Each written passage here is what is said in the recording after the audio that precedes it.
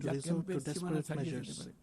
তাই আমি বিদ্যমান দাতাদের Further cuts সাহায্য বাড়াতে এবং will সম্ভাব্য no নতুন doubt দাতাদের intensify অনুদান প্রদানের protection and আহ্বান security জানাচ্ছি, risks, যাতে এই transcending বিপর্যয়কর much beyond the পরিস্থিতি এড়ানো camps. যায়। Hence, I call upon মানবিক existing সহায়তার জন্য donors নতুন ও and বর্ধিত তহবিলের to বাইরে come forward with আন্তর্জাতিক enhanced সম্প্রদায়কে contribution অবশ্যই and Myanmar potential Sarkar donors এবং to make রাখাইনের অন্যান্য announcements of অংশীদারদের generous উপর contribution ইতিবাচক to prevent পরিবর্তন this ও catastrophic দ্রুত situation. রাজনৈতিক The সমাধানের international জন্য community, চাপ beyond প্রয়োগ করতে new হবে। and enhanced funding অন্যান্য for প্রতিবেশী humanitarian দেশগুলোকেও তাদের assistance দায়িত্ব must পালন apply করতে হবে pressure on Myanmar রাখাইনের or স্থিতিশীলতা the আনতে non-state actor আন্তর্জাতিক in সম্প্রদায় Rakhine to bring positive changes there and to seek political solutions urgently. The neighboring countries must assume their responsibilities.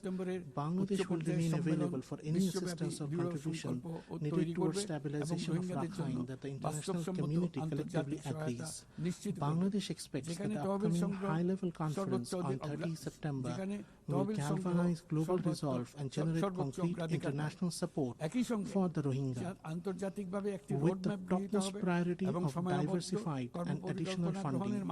Parallelly, it must agree on a process with time-bound deliverables as part of a globally accepted roadmap towards seeking permanent solutions to the Rohingya crisis.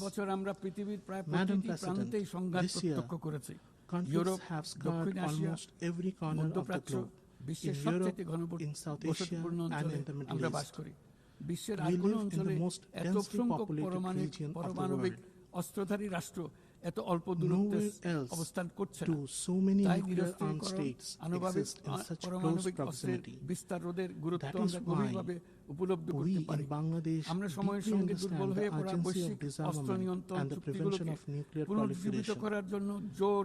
We call for the revival of global arms control treaties that have grown weaker with time.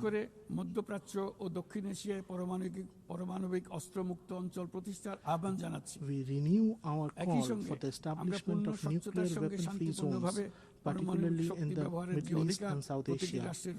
At the same time, we reaffirm the right of every nation to use nuclear energy peacefully with full transparency. As a responsible nation, even before commissioning our first nuclear power plant, Bangladesh this year acceded to the Joint Convention on the Safety of Spent Fuel Management and on the Safety of Radioactive Waste Management under the IAEA. By doing so, we reaffirm our commitment to the highest standards of nuclear safety and transparency. Madam President, I have always spoken the language of hope. I have never believed in frightening people into action, but today I must depart from that habit, for the truth before us is frightening.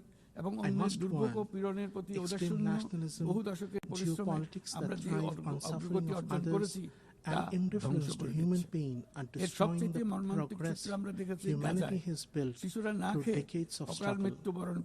Nowhere is this tragedy more visible than in Gaza. Children are dying of hunger, civilians are being killed without distinction. Entire neighborhoods, including hospitals and schools, are being wiped from the map. We do agree with the UN Independent International Inquiry Commission that we are witnessing a genocide happening live. Unfortunately, on behalf of the humanity, we are not doing enough to stop it. If this continues, neither future generations nor history will forgive us. On behalf of the people of Bangladesh and of conscientious citizens across the world, I once again make a strong appeal that two-state solution must be implemented now through the establishment of an independent state of Palestine with East Jerusalem as its capital. Only on the basis of the pre-1967 borders, with Israel and Palestine living side by side in peace, can justice be done. Madam President, in Bangladesh, we believe that we must build a culture of peace, one that rests on the values of tolerance, non-violence, dialogue, and cooperation at every level of society. For more than 3.5 decades, Bangladesh has stood among the leading contributors of UN peacekeepers. This is living proof of our enduring commitment to global peace and security. Even today, nearly 6,000 Bangladeshi peacekeepers are serving in some of the world's most volatile regions under the UN flag. And 168 of our peacekeepers have made the ultimate sacrifice in line of duty. Research has consistently shown that UN peacekeeping missions are more sustainable and effective than unilateral interventions.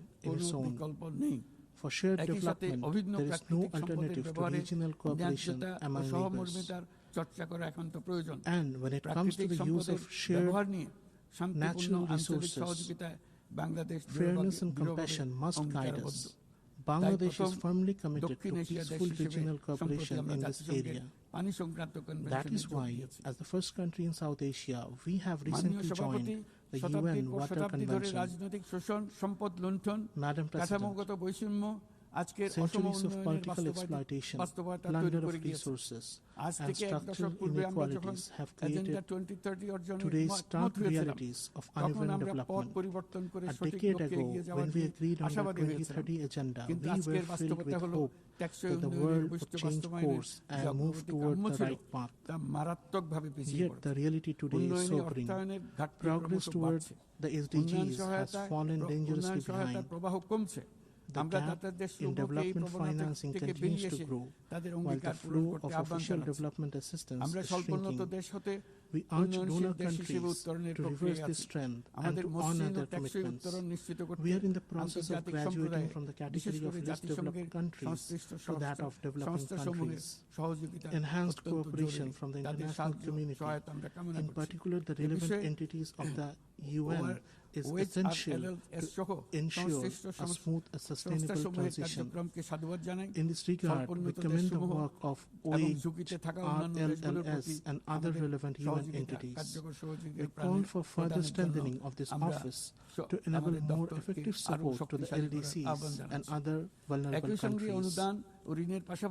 At the same time, alongside grants and loans, we call for a massive expansion of social business through both public and private initiatives. This new approach can bring benefit to both donor and recipient countries alike.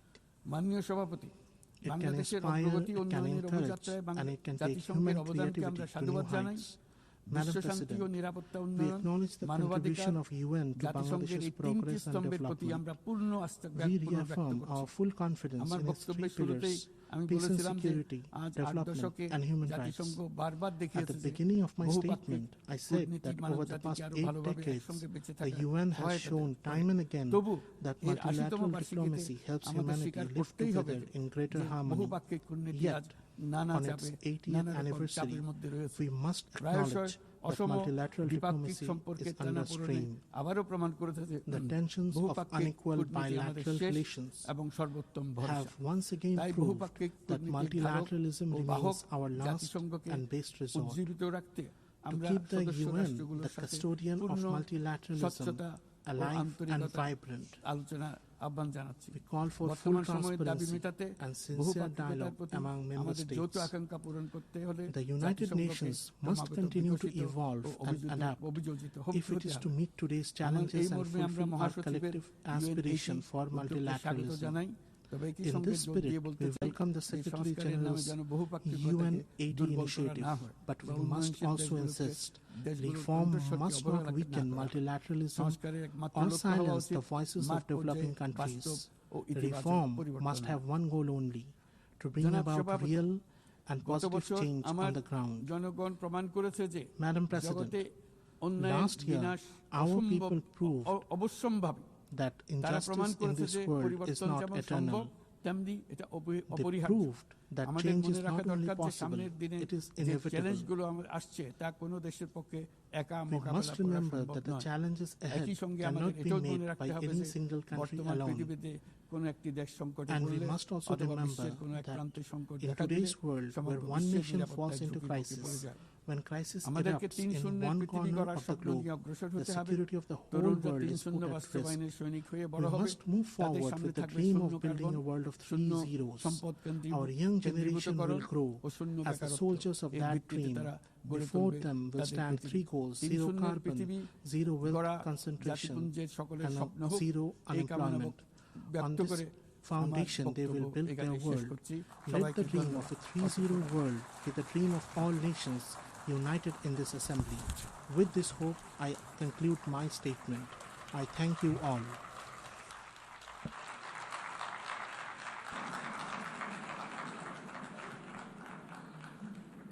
On behalf of the Assembly, I wish to thank the Chief Advisor of the Interim Government of the People's Republic of Bangladesh.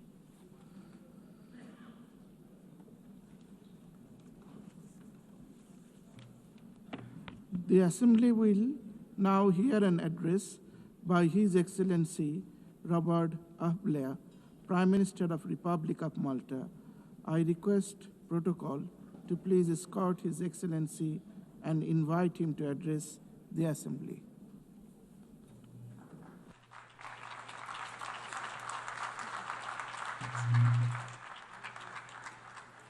Mr. President, Excellencies, distinguished delegates, and dear friends, we are gathered here just a few weeks shy of the 80th anniversary of the foundation of this United Nations.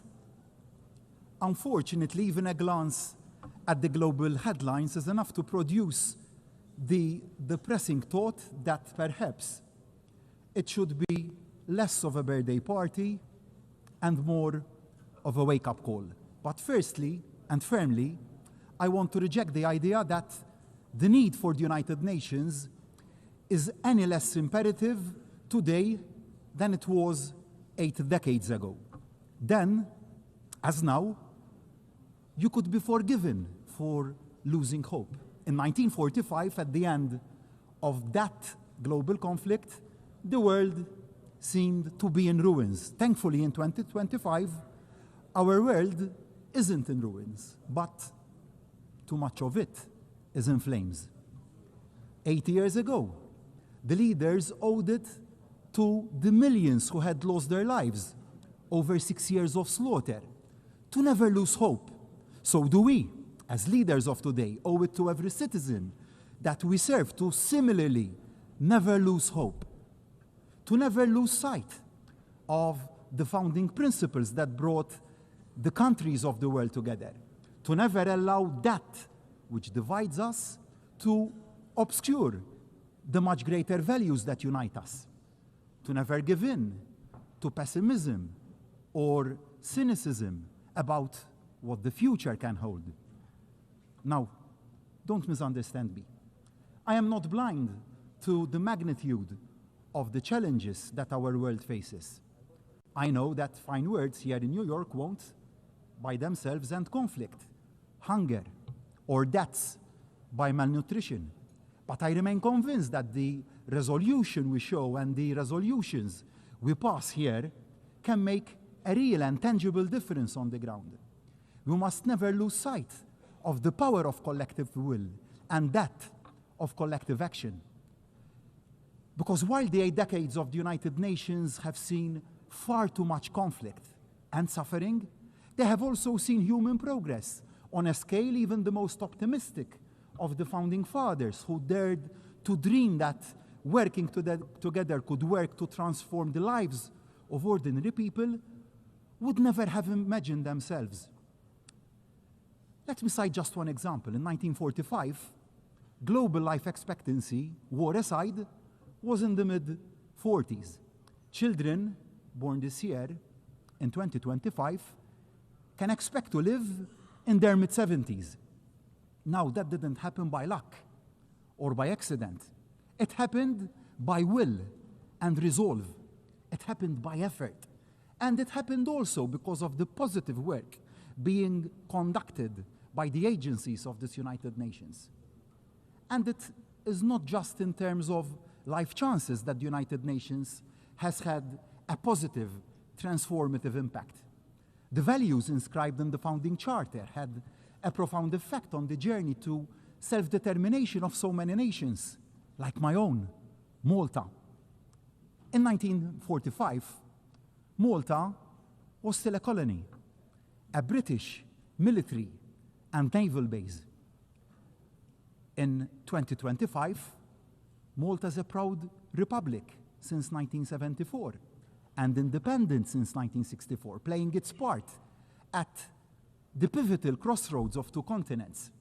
So, the country I am honored to lead will never turn its back on the possibilities that the principles of our United Nations offer to deliver solutions to even the gravest of challenges.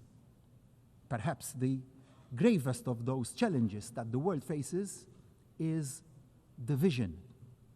Barriers are being built when they should be coming down and dismantled. And those barriers really are already proving obstacles to the exchange of trade, innovation, ideas, of hope that our world needs. In thinking about this throwing up of barriers, I thought of some words of the late US President, Ronald Reagan. In his 1985 State of the Union address, he had said, "There are no constraints on the human mind, no walls around the human spirit, no barriers to our progress except those we ourselves erect." And who can forget the 4 simple words which changed the course of history that President Reagan himself delivered 2 years later when he stood in front of the Berlin Wall and dared to say directly to the Soviet leader, Mr. Gorbachev, "Tear down this wall." So I say to each and every one of my fellow leaders, let us tear down the walls together. Let us dare to say the seemingly unsayable. Let us dare to achieve the seemingly unachievable. Let us dare to make the changes needed, no matter how seemingly overwhelming the odds. We must not be afraid also to make those changes closest to home in the very way this United Nations works. The biggest threat to the future of our United Nations doesn't come from those who want to tear it down, but it comes from those who say that in the face of that pressure, we should barricade ourselves in and reject the idea of change and reforms. It comes also from those who say that to admit imperfections and weaknesses in the way that we work is to give comfort to those who decry and belittle the very idea of the United Nations. That couldn't be more wrong. What empowers the opponents is any hint of an organization with its head buried in sand. A bunker, a fortress mentality would be fatal. The status quo simply isn't an option. We need to deliver a United Nations that is smarter and, of course, fairer. And we need to accelerate the pace of change to do just that. The change has also to begin at the top. I want to take this occasion to pay tribute to the Secretary General and his unwavering commitment and dedication to the cause of peace. Thank you, Antonio. But no one can say that the big power horse trading that has marked every single election of a Secretary General has been an edifying sight. We often reach the right outcome, and that is good and positive, but we certainly go the wrong way about it. We need to do better. The process to find a worthy successor to Secretary General Guterres must be a step change in the way that we work. The selection process must be transparent, inclusive, and based on merit, not political bargaining. The decision must be taken out of the corridors of this building and become a truly global conversation involving all member states, as well as civil society. As for the Security Council, its makeup reflects the world as it was in 1945, and not as it is in 2025. Malta backs the clamor for expansion and fairer regional representation. But it isn't just the composition that needs to change. The role of the Security Council needs to be elevated. It must serve as a greater counterbalance to the dominance of the larger powers. It must also be a genuine platform for all the nations of the world to have our voices heard. And change needs to come not just to political structures, but to the way the United Nations works all around the world. Including in Malta, my country, citizens are rightly pressing governments to do more with less, better value for money. The United Nations, like any other publicly funded organization, needs to make sure that it ruthlessly focuses not on protecting the way things are not done now, but on the way things can be done differently to deliver better outcomes for the same investment. No area of the United Nations can remain untouched. No vested interest left untackled. The United Nations must embrace digital diplomacy for the artificial intelligence age. Every system must be streamlined, every process scrutinized to ensure it delivers for the front line. Every program assessed against its actual impact. We shouldn't be afraid to ensure that the United Nations stops doing things it does badly and starts doing those things it does well, even better, and even more efficiently. Too often, global relations, like much of life, can seem merely a numbers game. Of course, the biggest states will always have the loudest voices, and that is understandable. But there can be no doubt that small states and developing countries are often underrepresented and underheard when key decisions are taken and made. Unless our unique experiences are taken into account and our needs, we won't put in place solutions that can actually deliver across the whole world. It is a self-defeating mistake for the Big Boys Club to crowd out the added value that small nations can bring to the table. We bring innovation, credibility, and moral authority to any concerted global action. To exclude the small is to damage the big. We all lose, which is why, although Malta may be one of the United Nations' smallest members in terms of geography, we have always been determined to be one of the UN's biggest voices. Malta remains as committed to the goals of peace, dialogue, diplomacy, and global cooperation as we were on that day in 1964 when we took our seat for the first time in this United Nations. As we've grown as a nation, found our feet on the European and world stage, and developed a fast-growing economy, so too have we found our role in the work of the UN. Small nations, like ours, have to be realistic about how we can add value. But I firmly believe that Malta has a combination of two major factors that makes our country an asset to the global conversation. Firstly, Malta has a deep commitment to the power of multilateral engagement. We bring to the table the recent experience of both chairing the OSCE and serving on the UN Security Council, alongside the insight gained from our current presidency of the Committee of Ministers of the Council of Europe. I am particularly proud that Malta's presidency coincides with the 75th anniversary of the Convention, of the European Convention on Human Rights, rising, like the United Nations, from the ashes of the Second World War, guaranteeing for hundreds of millions of Europeans and other peoples the fundamental human rights for which so many people lost their lives in their fight for them. Secondly, Malta offers a unique platform for peace. We offer a unique mix that leaves Malta particularly well placed to host dialogue and discussions between parties, between countries, no matter how far apart they are.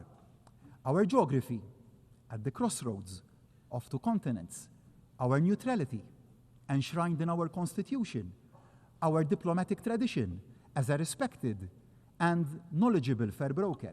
Together, they make Malta the ideal location to come together to try and find solutions to even the most intractable of disputes. So, today, I renew my open offer to the warring parties of the world and those working to bridge those divides. Malta stands ready to welcome you, to facilitate, and to support you in finding ways forward. Now, nobody disputes how deeply entrenched are the barriers to peace, but that doesn't mean that the search for solutions should ever be paused.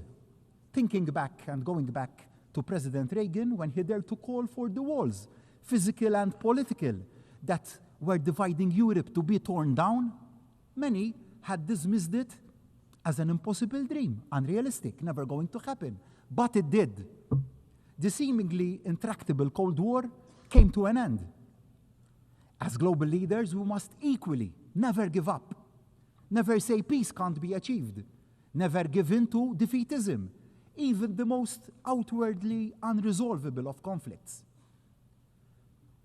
Sadly, on Malta's doorsteps, two such conflicts, wars, are raging: Ukraine and Gaza. The world must not turn its back on either, or tackle them with double standards, as this would undermine our credibility and effectiveness. We must never wring our hands and consign any conflict to the too difficult to deal with pile. It is now 3.5 years since Russia's unprovoked and illegal invasion of Ukraine. Malta remains resolute now as it was then in demanding a lasting and just peace that guarantees Ukraine's sovereignty. This is the only solution which will adhere to the spirit of both the UN Charter and international law. But that can only come about following a full and unconditional permanent ceasefire and the full participation of Ukraine in any future peace talks and decision-taking. Malta stands firmly with our fellow EU members in believing that we must keep the strongest possible pressure on the Russian economy to force the Russian government to see sense and engage in genuine and constructive dialogue. Slava Ukraini. So too, must there be an immediate and permanent ceasefire in Gaza. The suffering of so many thousands of innocent civilians must come to an end now. It must come to an end now.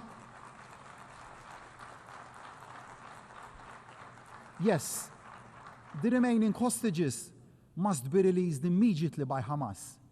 International humanitarian aid must be allowed to flow in Gaza without impediment. It is so morally wrong and inhuman that so many innocent people are dying of hunger and severe malnutrition. These atrocities must stop now.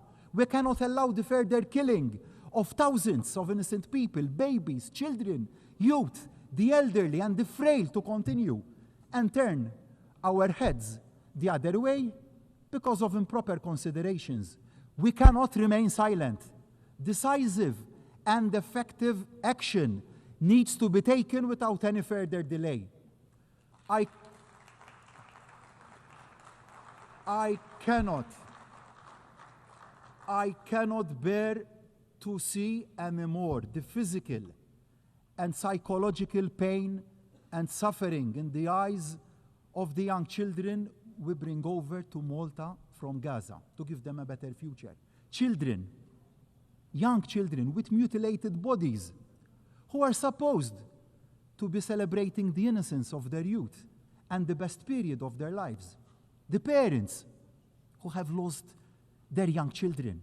And I ask, why? When leadership should be about humanity and empathy, and not about who can inflict maximum damage to win a war or wipe out a nation or its people. I was proud this week to stand with other world leaders and add Malta to the growing list of allies recognizing Palestinian statehood. After tens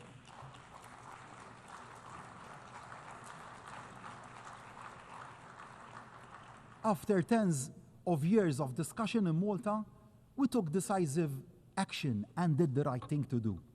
I owe this to Ibrahim, a 15-year-old icon of the resilience and strength of the Palestinian people.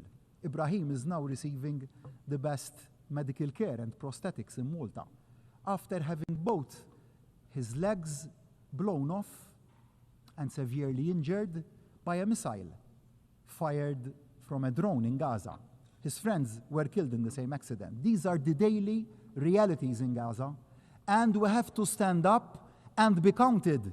Not doing so would mean that we are complicit in what is happening. Now, a viable two-state solution, no, isn't a reward for Hamas. It is the exact opposite. It is the only way, in actual fact, to finally banish the evil of Hamas.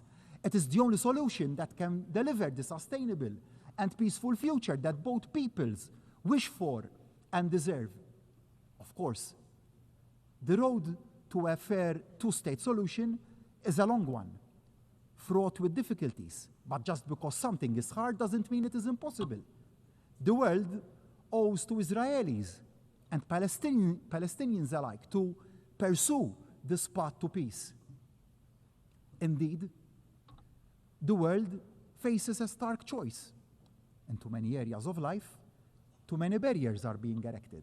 When too many countries pull up the shutters and turn in on themselves, it is small island nations like Malta that pay the highest price and take the biggest hit. Let me be clear, security is the first duty of any government. Being against barriers doesn't equal being against sensible safeguards. Every nation has the right to take necessary steps to protect itself, but isolation doesn't make anyone safer, because as all the evidence of history shows, the greater the cooperation across borders, the greater the protection we can afford to our citizens. And a threat to global prosperity is a threat to global security. So, I urge the United Nations to redouble its efforts to safeguard the connectivity that trading nations like Malta have to rely on. It is incumbent on all of us to resist the trend to protectionism and fight for open markets. The alternative of a world of trade barriers will only make us all poorer. Of course, it is equally important that we work to tackle the downsides of globalization to ensure that none of our citizens are left behind. But there can be no turning back of the clock. We can secure our borders without building fortresses. Addressing legitimate concerns about migration is not the same as pulling up the drawbridge. Clearly, the current growth of irregular migration is not sustainable. Yet, it will only be truly addressed by a truly global solution and response. A coordinated response that is both humane and sustainable, that acknowledges the fundamental truth that migration is driven by poverty and conflict, driving migrants to risk their lives at the mercy of criminal human smugglers in search of a better future for themselves and their families. Every country has a right to secure its borders, but every country equally has a duty to play its part in tackling the root causes of irregular migration. You might say, tough on irregular migration, tough on the root causes of irregular migration. Underpinning all this is the need for every member of this United Nations to recommit to the primacy of international law and the value of international cooperation. No country, however large, however strategically important, is above the rule of law. Might does not automatically equal right. Small states like Malta cannot afford the risks of a world where some ignore the laws when it suits them. Upholding the charter upon which this United Nations was born 8 decades ago isn't wide-eyed idealism. For nations like Malta, it is about our very survival, equally vital. For the survival of small island nation states is the absolute necessity of stemming down the impact of man-made climate change. It would be too easy for a world waylaid by war to shrug its shoulders and claim it lacks the bandwidth to keep taking the actions needed to keep down the Earth's temperature. Malta, however, will keep working to amplify the voices of the small islands across the globe. As a small island state, we are at the front line of rising temperatures and rising sea levels. This isn't some theoretical threat. It is a challenge to our very existence. So Malta will continue to support indices like Corvi that bring home just how vulnerable small island states are to climate change. And we will maintain pressure for greater support to be given to those developing small island states where the threat is highest and fastest. But the cost of preparedness and adaptation is disproportionately high. They must be given the resources that they need to adapt. And the adaptation must not cause a financial burden on their citizens, to our citizens. Otherwise, we will lose their buy-in. And whilst reaching our climatic targets should, of course, not be put on the back burner, the competitiveness of our economies must also not be put on the back burner in the pursuit of those targets. Otherwise, we will miss the wood for the trees. Dear friends, let me conclude my remarks from where I began today. Yes, our world faces unprecedented challenges. In an age of instant communications, we are all exposed to the threats we all face like never before. They can seem utterly overwhelming. But as a world, we face two choices. We can give up hope, give up trying, or we can double down, step in and step up and never give up. Multilateralism is more important today than it was even in 1945. We won't keep our people safe, our planet protected, or our prosperity preserved unless we work together, listen to each other, and act in concert. So I say to my fellow leaders of all states, of all sizes, tear down these walls. Let us stop erecting new barriers. Let us knock down those existing walls, physical and metaphorical, that are standing in the way of progress. No more posturing, a lot more partnership. We owe it to those who had the vision 80 years ago. We owe it to the people who put their trust in us to lead them. United Nations isn't perfect, but it is indispensable. So let us commit loud and clear to making it better focused, better value, better at tackling the challenges of the next 80 years. And let that commitment start today. Thank you all.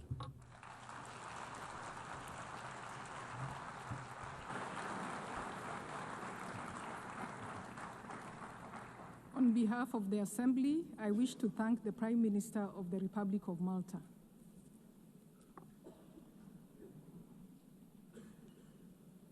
The Assembly will hear an address by His Excellency Kyriakos Mitsotakis, Prime Minister of the Hellenic Republic.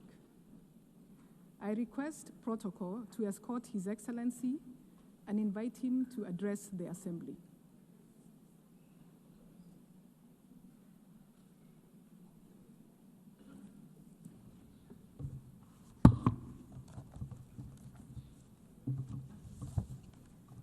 Madame la Présidente, heads of state and government, ladies and gentlemen, it's an honor to address this assembly for the 7th time as Prime Minister of Greece. And as many other speakers have pointed out, this year carries a special weight as we celebrate the 80th anniversary of this United Nations. 80 years of hope, of struggle, of progress. And this milestone coincides with a very important moment for Greece, our 3rd tenure as a non-permanent member of the Security Council. And we accept this responsibility with honor and with a deep sense of duty as a nation that stood at the birth of this organization. And like so many other nations, my country came here devastated by the horrors of the Second World War. The Charter of the United Nations was not just a legal document, it was a commitment that never again should force prevail over the rule of law. And for 8 decades, the United Nations has defended peace, has advanced human rights, has expanded access to health, education, and equality for all. It has stood as a custodian of international law, safeguarding the rules and principles that make international cooperation possible. The United Nations was at the epicenter of a historic turning point. It gave voice to the hopes of people long denied freedom. Decolonization brought new nations into this assembly, And they brought with them their histories, their culture, their aspirations. And their participation helped redress historical injustices and transform the organization into a true reflection of the world's diversity. These achievements are real progress. They have made our world safer, fairer, and more prosperous. But they should never, never be taken for granted. They were won through effort and sacrifice, and they remain fragile. Ladies and gentlemen, a new global order is on the rise. Multilateralism is under strain, and fundamental tenets of the post-1945 world are being questioned. We witness attempts to revive the imperial ambitions of previous centuries. Revisionist narratives are resurging, and some leaders, unfortunately, remain trapped in the past, chasing illusions of a bygone glory. Might over right risks once again becoming the norm in international relations. A norm the international community has sought to overcome for more than 80 years. And this trend is strengthening at a time when global challenges continue to multiply. Climate change, migration, the advent of artificial intelligence. Our world is changing.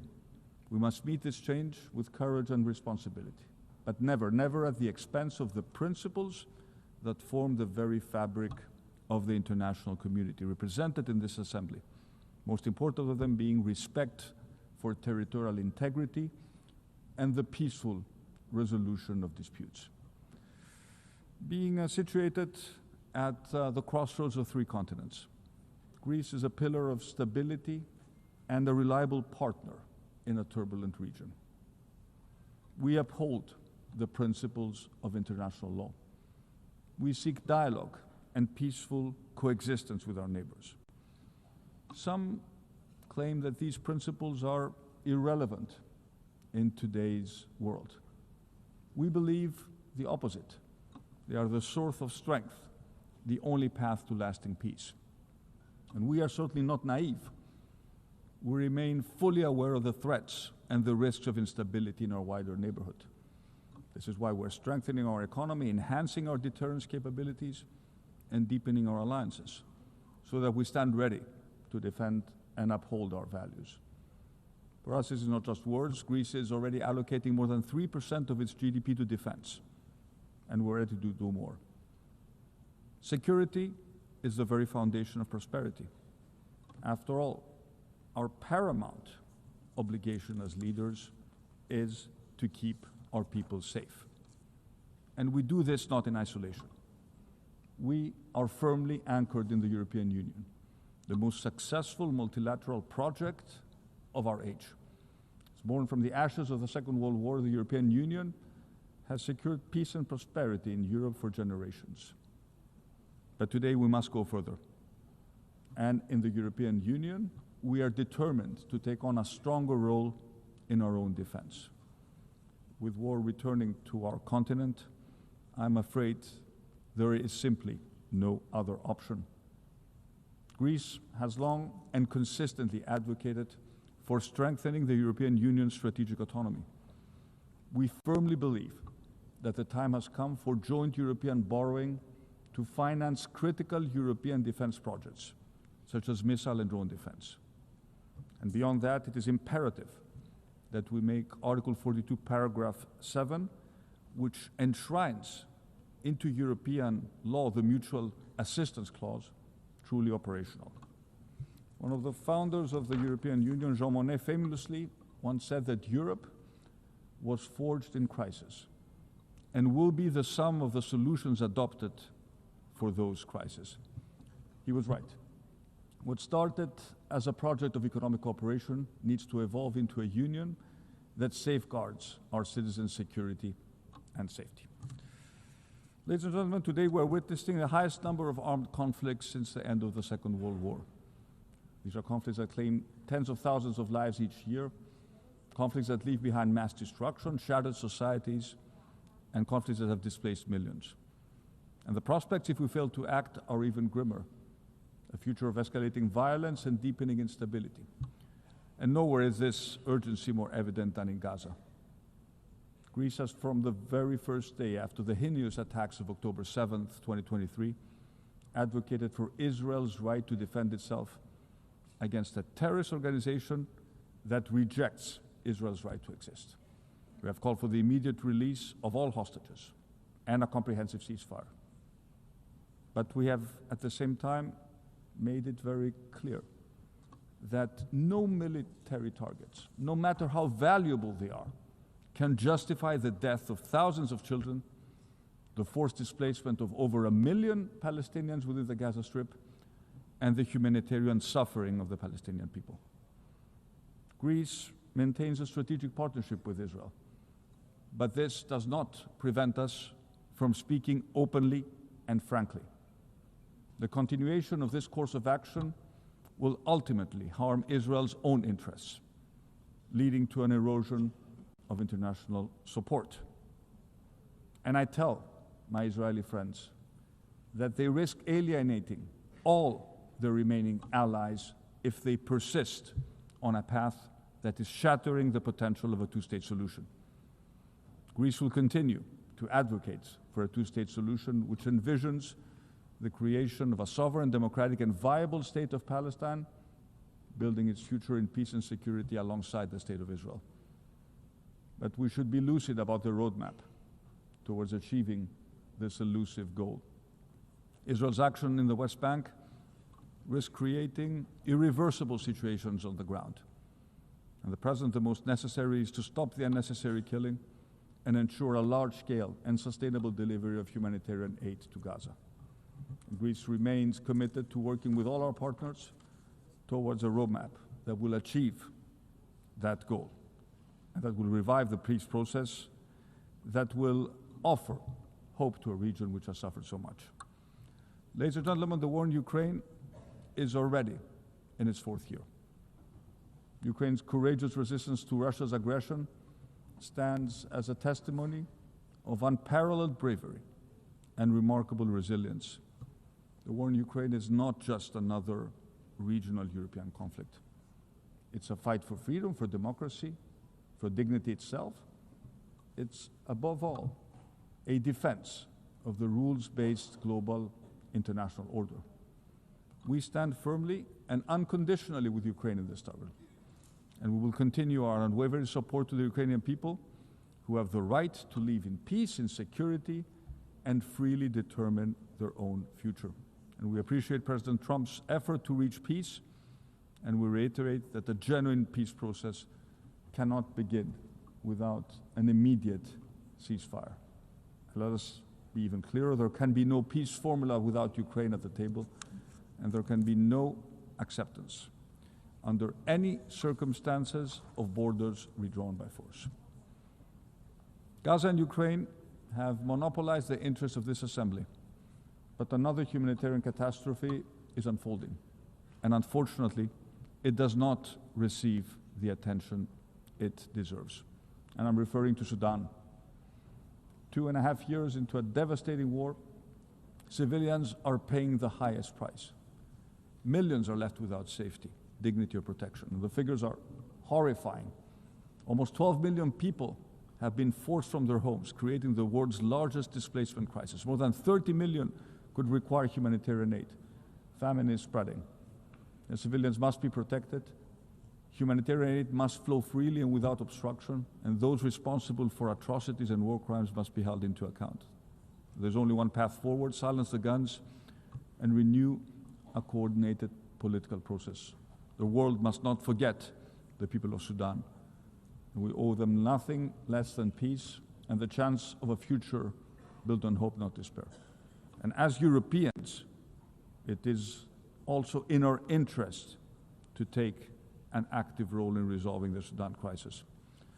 Otherwise, we risk facing a migration crisis of unimaginable proportions.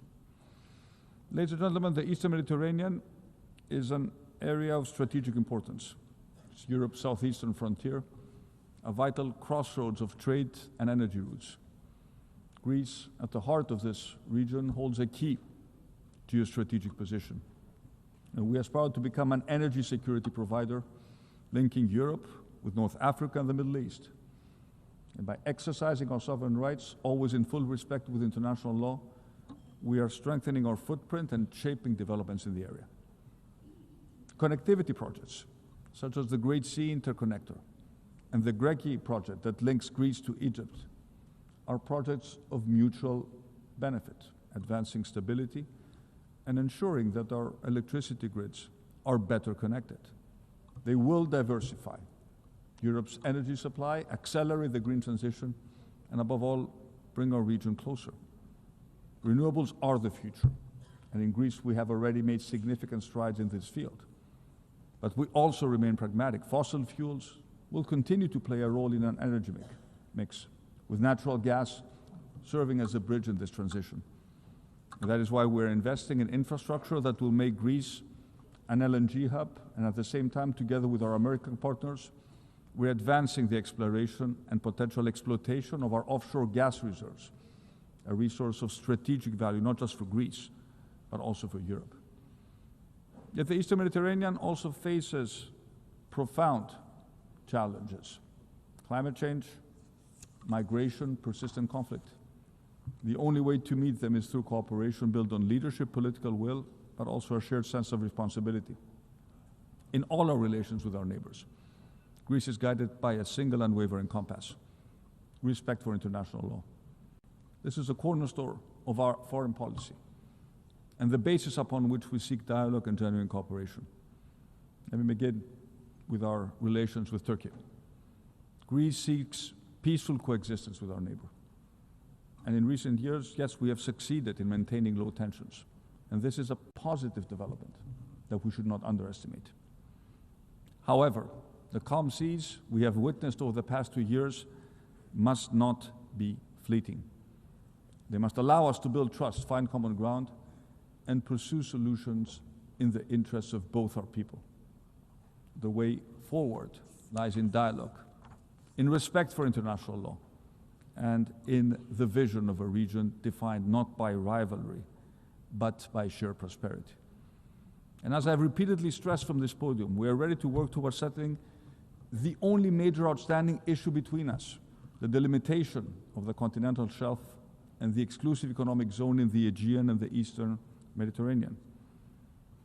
Turkey must remove the threat of war against Greece that still hangs as a dark cloud over our relations. After 30 years, this casus belli has to be revoked. It has no place in relations between friendly neighbors. Our path forward must be one of diplomacy, not the language of weapons. Let me say a few words about the Cyprus problem. For 51 years, Cyprus has endured the consequences of Turkey's illegal invasion and continued military occupation. It's a blatant violation of international law and a constant strain to regional peace and security. Our commitment to Cyprus's sovereignty, territorial integrity, and a solution of one state based on a bizonal, bicommunal federation is steadfast. It's a matter of credibility and determination to defend the core values and principles upon which the United Nations are based and fully aligned with all the decisions taken by the UN Security Council. And Greece fully supports the efforts of the Secretary General and his personal envoy to give a new impetus to the resumption of negotiations. And a just and viable settlement will serve the interests of the Cypriot people and contribute decisively to the stability of the wider region. Turning to Libya, our two countries share maritime borders. We are neighbors. It is therefore in our common interests to reach a fair and lawful delimitation agreement in line with the provisions of the United Nations Convention on the Law of the Sea. The true stability in our neighborhood also depends on Libya itself being united and sovereign. The Libyan people must be free to determine their future without foreign interference, and Greece stands ready to assist constructively in a UN-led efforts to achieve a political solution and reunite the country. When it comes to Syria, after 14 years of bloodshed, last December brought a moment of change and a new hope for the Syrian people. The future of the country must be built on tolerance, dialogue, and full political representation for all religious and ethnic communities. Only then can Syria's diverse society find peace and prosperity, free from sectarian violence and external interference. I made it clear to the Syrian president that our support regarding Syria's rapprochement with Europe is conditional upon the protection of religious and ethnic communities, in particular, the Christian Orthodox minority, which has been repeatedly targeted by Muslim extremists. At the same time, we expect Syria and its authorities to act in full accordance with international law, including the United Nations Convention on the Law of the Sea. Finally, let me turn to the Western Balkans, our immediate neighbors, our strategic partners of the European Union, and candidate members of our common family. This region has made remarkable progress over the past decades, yet the balance remains delicate, with the risk of backsliding always present. The future of the Western Balkans lies within the European Union. Greece has been a pioneer in this endeavor through the Thessaloniki Agenda, which set the path for the region's European perspective. And this path must be grounded in full respect for international law, for existing international agreements, the rule of law, human rights, but also minority rights. Most of all, it requires rejecting revisionist agendas and building trust among neighbors. The ghosts of Balkan nationalism have haunted this region for centuries. They must not be allowed to re-emerge. And it's up to the leadership of the Western Balkans to assume their responsibilities and secure a future of peace and prosperity for all their people. Ladies and gentlemen, let me conclude by returning to a topic I also addressed in my speech at the General Assembly last year. Technology is both our greatest shared opportunity and one of the defining challenges of future prosperity. Last year I spoke about artificial intelligence and its extraordinary transformative promise, but I also warned of the danger it breeds. Today, Greece is pursuing a visionary yet practical AI strategy through pilot programs in areas such as education, healthcare, and natural disaster prevention. Teachers and students will soon engage with custom-designated AI teaching assistants. Digital screenings, telemedicine, predictive diagnostics are already making care not just more personalized, but also more accessible. At the same time, AI is helping us detect and contain wildfires at their earlier stages. And the promise of AI making governments more efficient in serving their citizens is materializing at breakneck speed. However, AI in the wrong hands and without safeguards can become extremely dangerous. It can severely impact our children's mental health, flood our public square with disinformation, cause massive displacements in the job market, and concentrate immense power in the hands of a few multinational corporations. And this is why I welcome the United Nations establishment of the Independent International Scientific Panel on AI and the Global Dialogue on Artificial Intelligence Governance. These institutions lay the foundations of a global architecture where artificial intelligence can be steered by science and guided by cooperation. The most urgent task is to protect the mental health of our children. The scientific evidence is damning. We are running a massive, unsupervised experiment with the brains of our children and teenagers. And what was envisioned as a space of connection and creativity has too often become a landscape of manipulation where harmful content reaches even the youngest users. Addictive scrolling is addictive by design, not by accident. And every time I talk to parents, I hear the same story. We're scared about online bullying, adult content, unrealistic standards of beauty, the promotion of self-harm. We feel powerless and helpless. We don't want our kids to share their intimate thoughts and feelings with an AI chatbot. Greece has decided to do something. We have banned our phones in schools, but we have also launched the Kids Wallet, the first government-backed application given parents simple, effective control over their kids' smartphone while enabling platforms to verify the age of their users. And our proposal for a pan-European digital age of majority to access digital platforms has already won the support of 13 EU member states.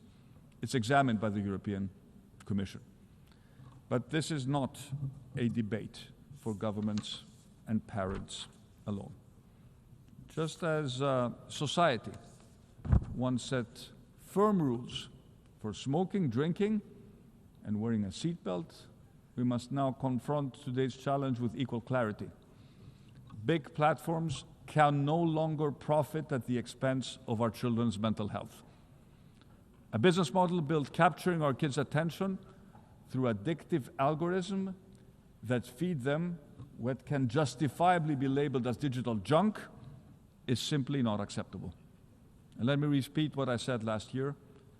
Digital technology is no different than any other industry that needs to operate under health and safety regulations. The overarching principle, the golden standard, is one and the same: do no harm. Ladies and gentlemen, looking back at the foundation of the UN means to recall and acknowledge that the need for effective multilateralism is as necessary in 2025 as it was in 1945. And there's no doubt that multilateralism must be reinvigorated. We must make it fit for the challenges of the third decade of the 21st century, but we must do it without disrupting its core, the rules-based order. These rules were agreed for a reason: to save humanity, to ensure progress and prosperity for all. Humanity has paid a very heavy toll through blood, destruction, and suffering to learn this lesson. And we must assume our responsibilities to future generations. Let us not be remembered as those who once again led the world to the brink, and let us not be the sleepwalkers of our time. This time there may be no way back. Instead, let us prove that we have the vision, courage, and resolve to build a world of peace, of security, of shared prosperity, worthy of generations to come. Thank you very much for your attention.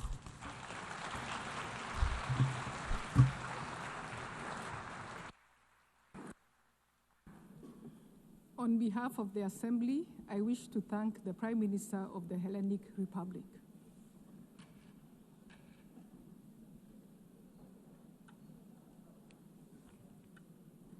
The Assembly will hear an address by His Excellency Sering Topgay, Prime Minister of the Kingdom of Bhutan. I request protocol to escort His Excellency and invite him to address the Assembly.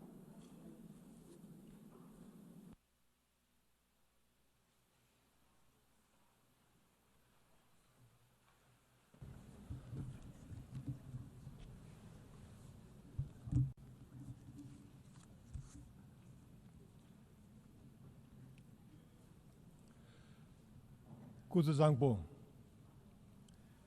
Madam President, Mr. Secretary General, Excellencies, distinguished delegates, I bring the warm greetings of His Majesty King Jigme and the prayers of the people of Bhutan for peace, harmony, and progress in our world.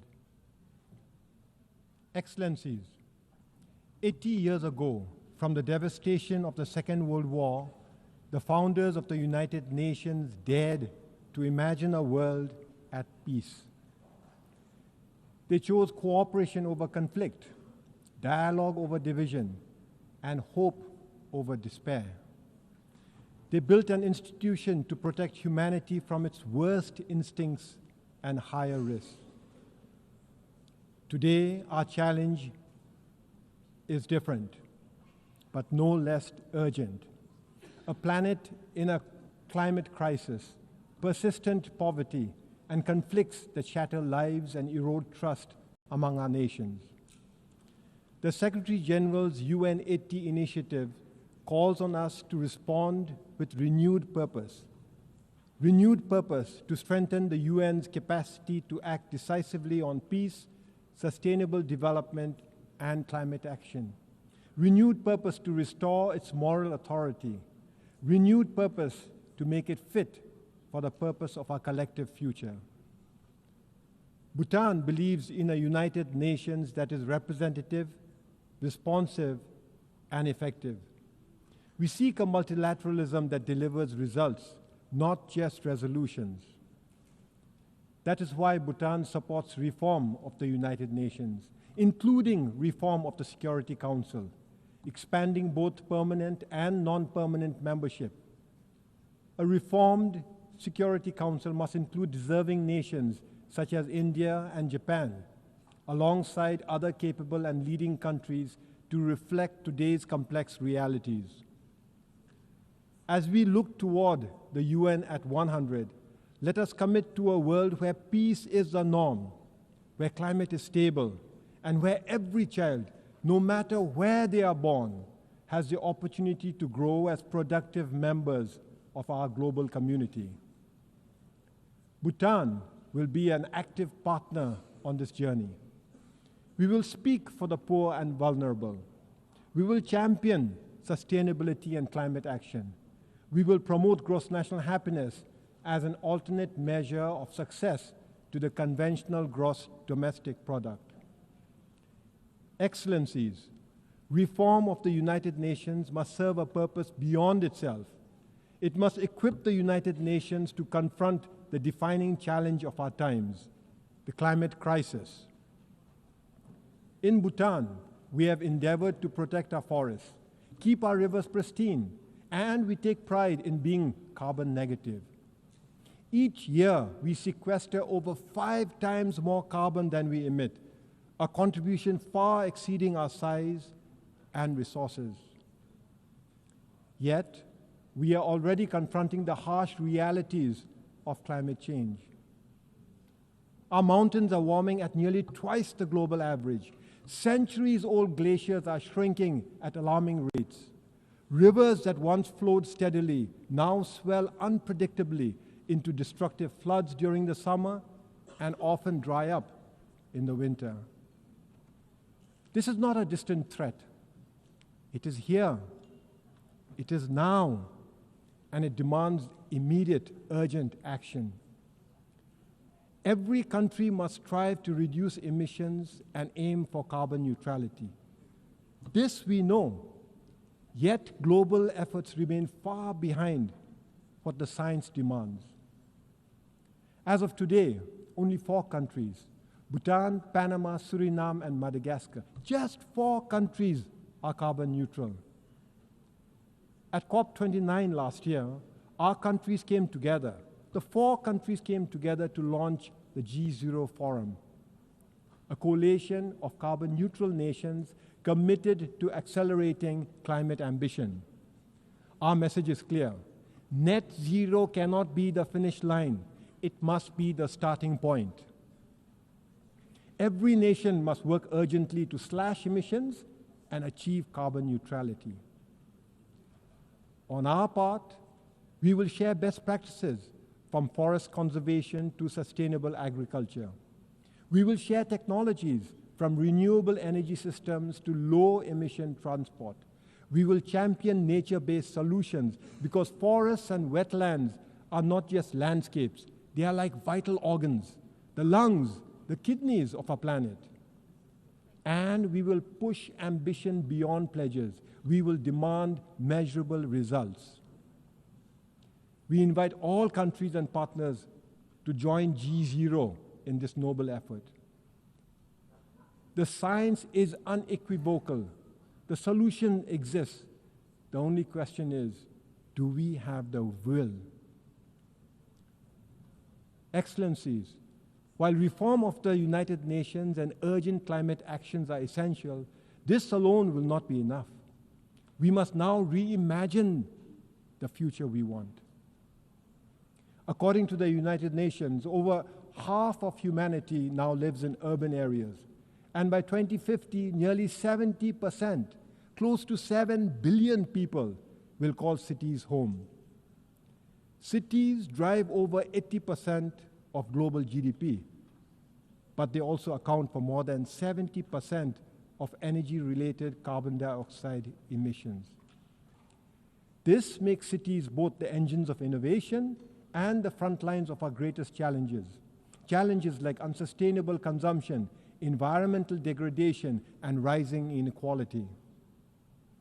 We face a choice. We can keep building cities that consume more than they give, or we can reimagine and redesign our cities that heal, that sustain, that uplift. 50 years ago, Bhutan offered the world gross national happiness, an alternate approach to development.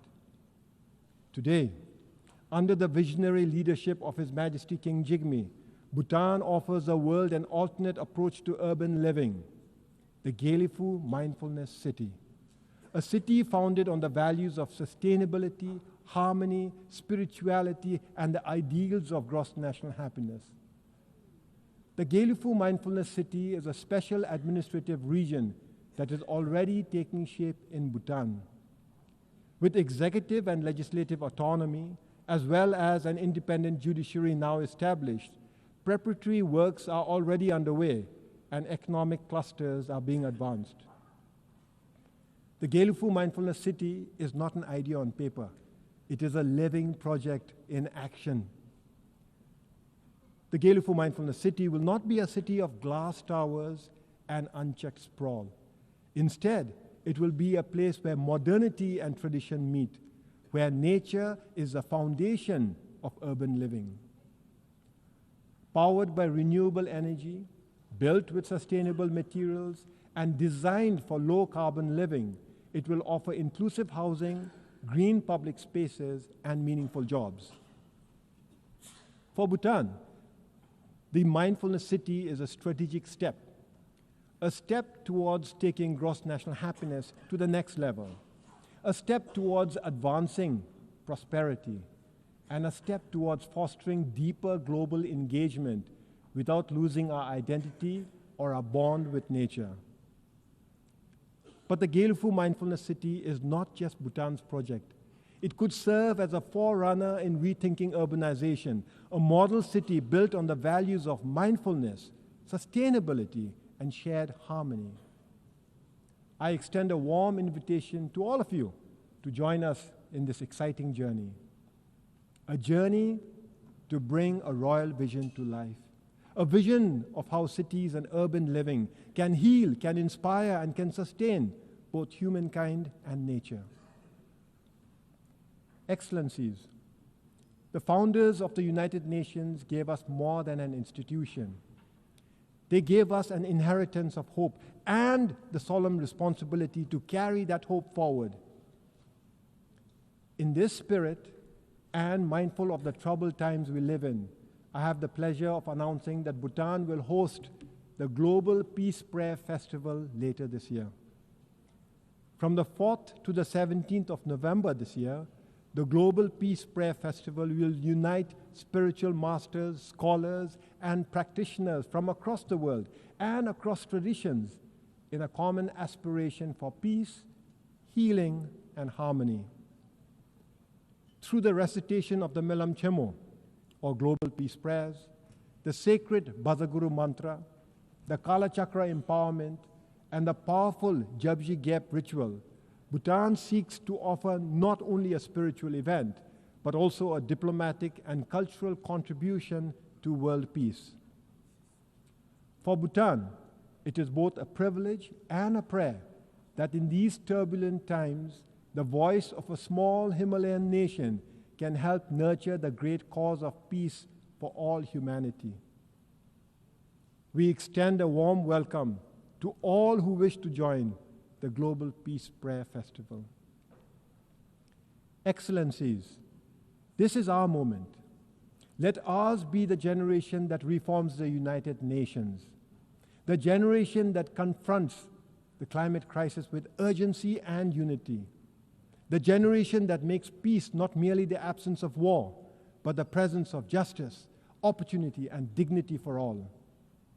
And when the United Nations marks its 100th anniversary, we will proudly affirm that we honored the vision of those who came before us and inspired hope for those who will follow. Thank you for your kind attention. Tashidele.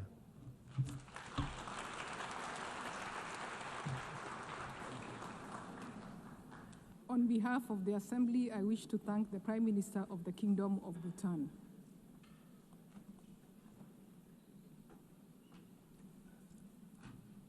The Assembly will hear an address by Her Excellency Mia Amo Motley, Prime Minister and Minister for National Security and the Public Service, and Minister for Finance, Economic Affairs and Investment of Barbados.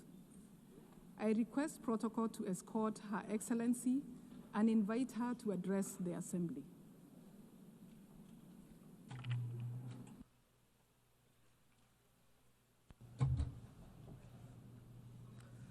Thank you very much, Madam President, Excellencies, distinguished ladies and gentlemen. The 21st century has been marked by a series of crises for which our world has been unprepared. Financial crisis that started in 2008, which then triggered fiscal crises across many of the world's countries.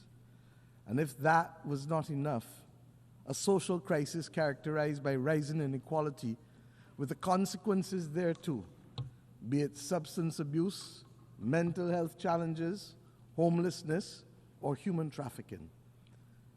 Then there was a global pandemic, lasting 2 to 3 years and taking the lives of millions of people. And for those surviving, they had restricted movement and restricted choices. All of this, my friends, has been exacerbated by the spreading of fake news.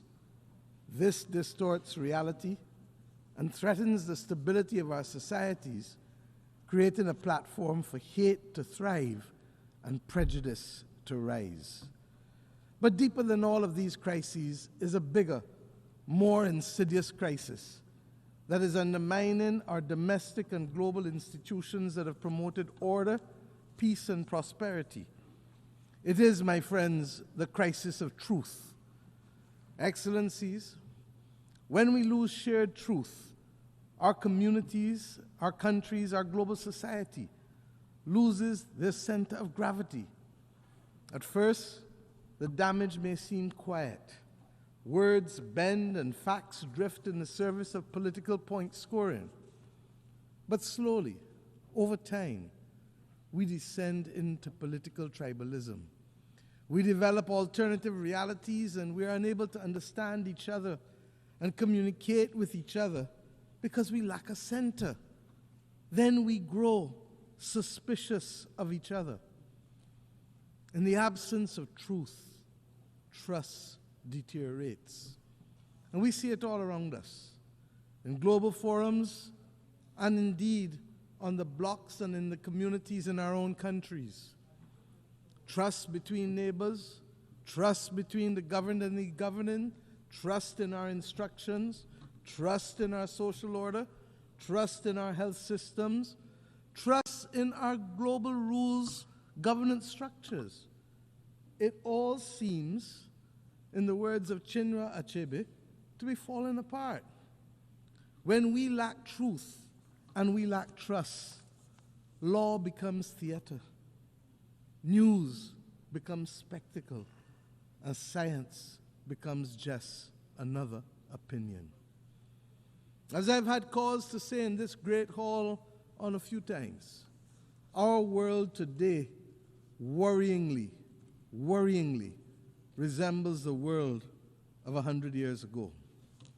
And this has become even more evident with the closing of our borders to both goods and to people. This has magnified the geopolitical tensions which had already taken root. Disturbingly, war, regrettably, has only entered the daily lexicon of the West, not when thousands were dying on the continent of Africa or in Myanmar, but when war came to Europe. Nevertheless, we still call for peace in the Ukraine. Only yesterday, a leading British newspaper reminded us that for 500 days, 260,000 people, virtually the population of my country, 260,000 people have been trapped in the Sudanese city of El Fasher. The article reported that while political progress stalls, those who attempt to escape are killed, and those who remain inside are starved. The world must not ignore the horror in Sudan. And of course, I don't need to remind you that it must not ignore the horror in Gaza.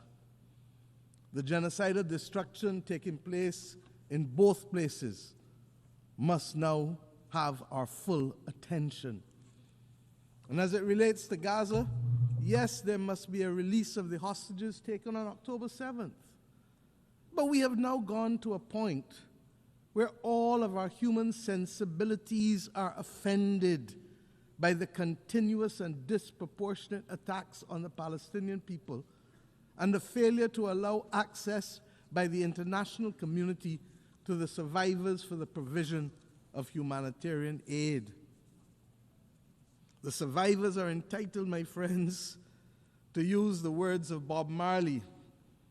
How can you be sitting there telling me that you care, when every time I look around, the people suffer in the suffering in every way, in everywhere? My friends, it calls to mind the Roman historian Tacitus, who quoted a Scottish chieftain fighting against the military might of the Roman Empire. And I mention only the last two sentences. They plunder, they butcher, they ravish, they make it desert and call it peace. They make it desert and they call it peace. The real tragedy of war is that these children, when they become grandparents, will still be answering the innocent questions posed by their grandchildren 70, 80 years from now as to how they lost their limbs. Granny, how did you lose your leg? And when they answer, we run the risk that the violence and hate will be perpetuated for another 2 to 3 generations. This is not why we have come together. This is not good. And Madam President, it is happening under our watch. We can and we must do better to secure the peace across the world in the name of the children.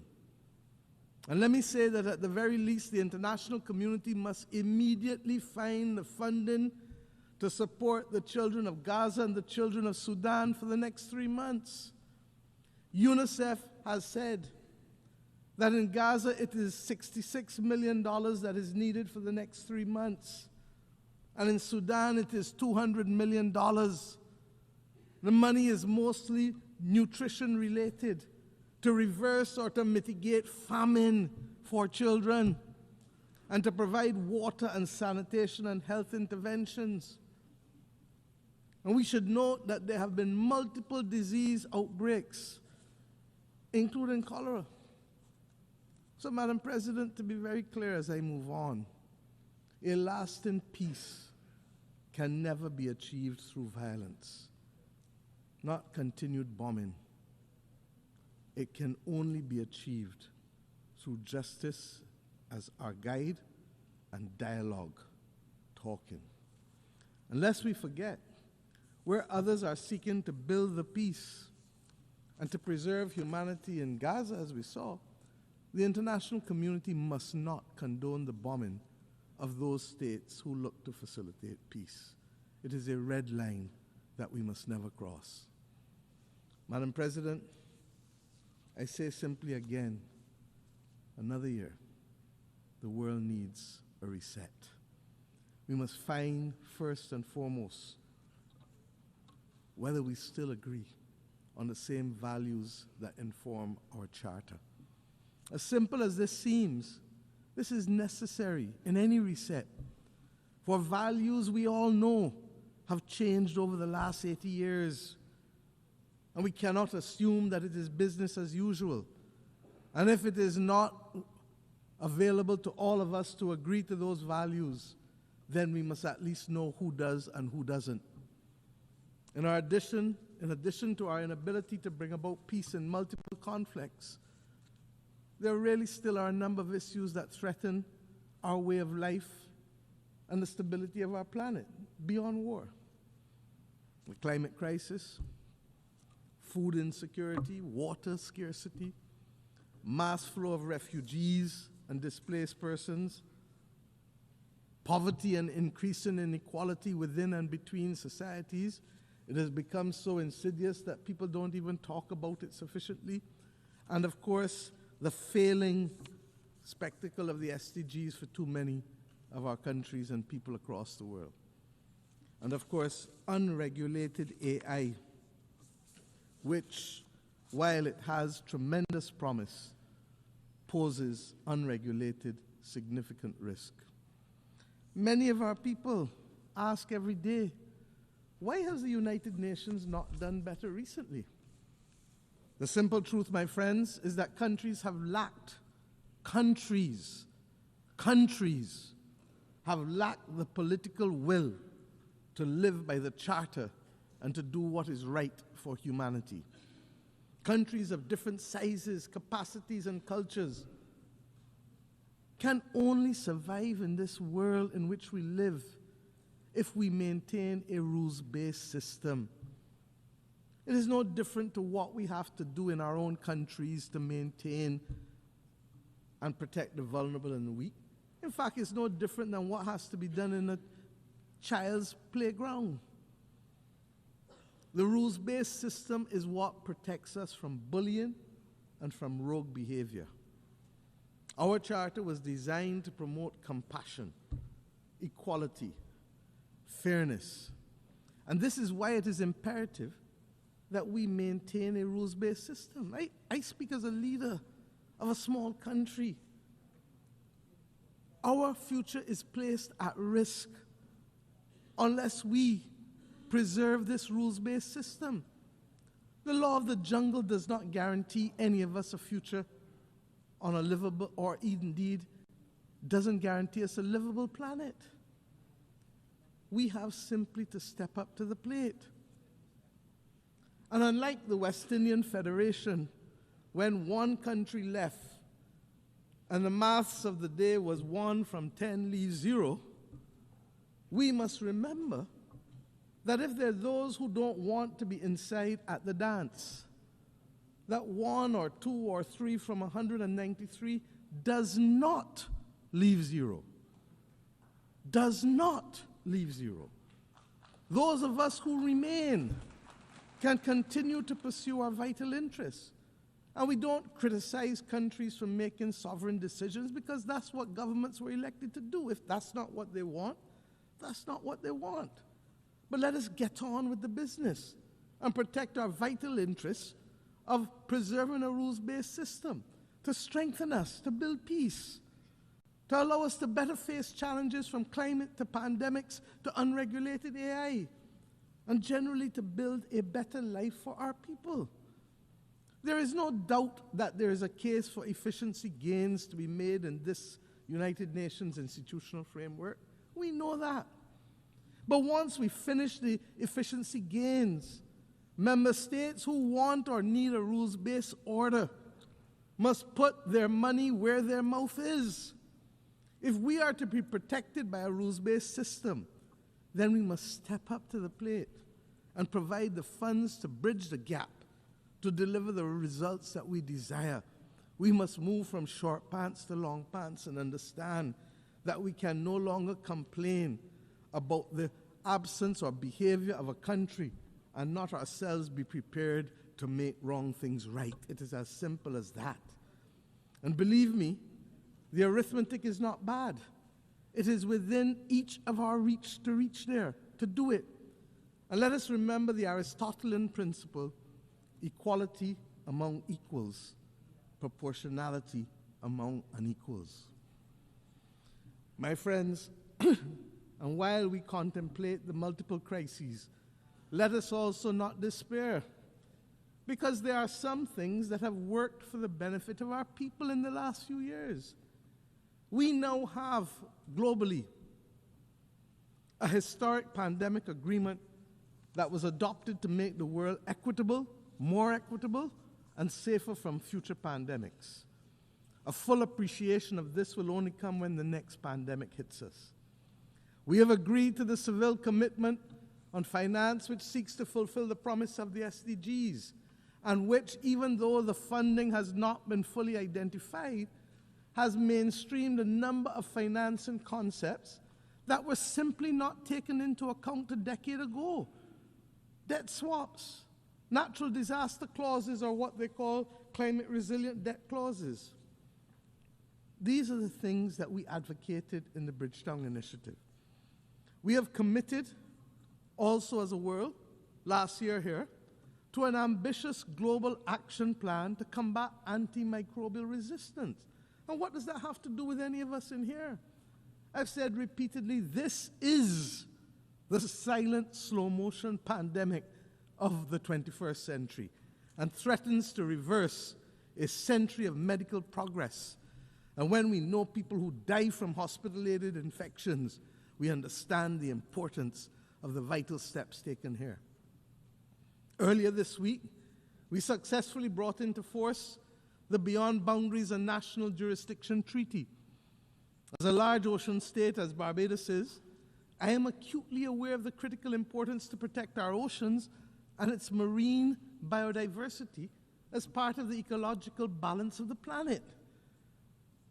And last year, we adopted the ambitious Pact for the Future, which provides a roadmap, a North Star, for our work to protect people and planet of the future. The two instruments mentioned on Tuesday morning by our Secretary General for regulating AI must now be our priority if we are to avoid the severe deepening inequality of our times and to avoid leaving our people exposed to the risk and exploitation of AI and the distortion of facts.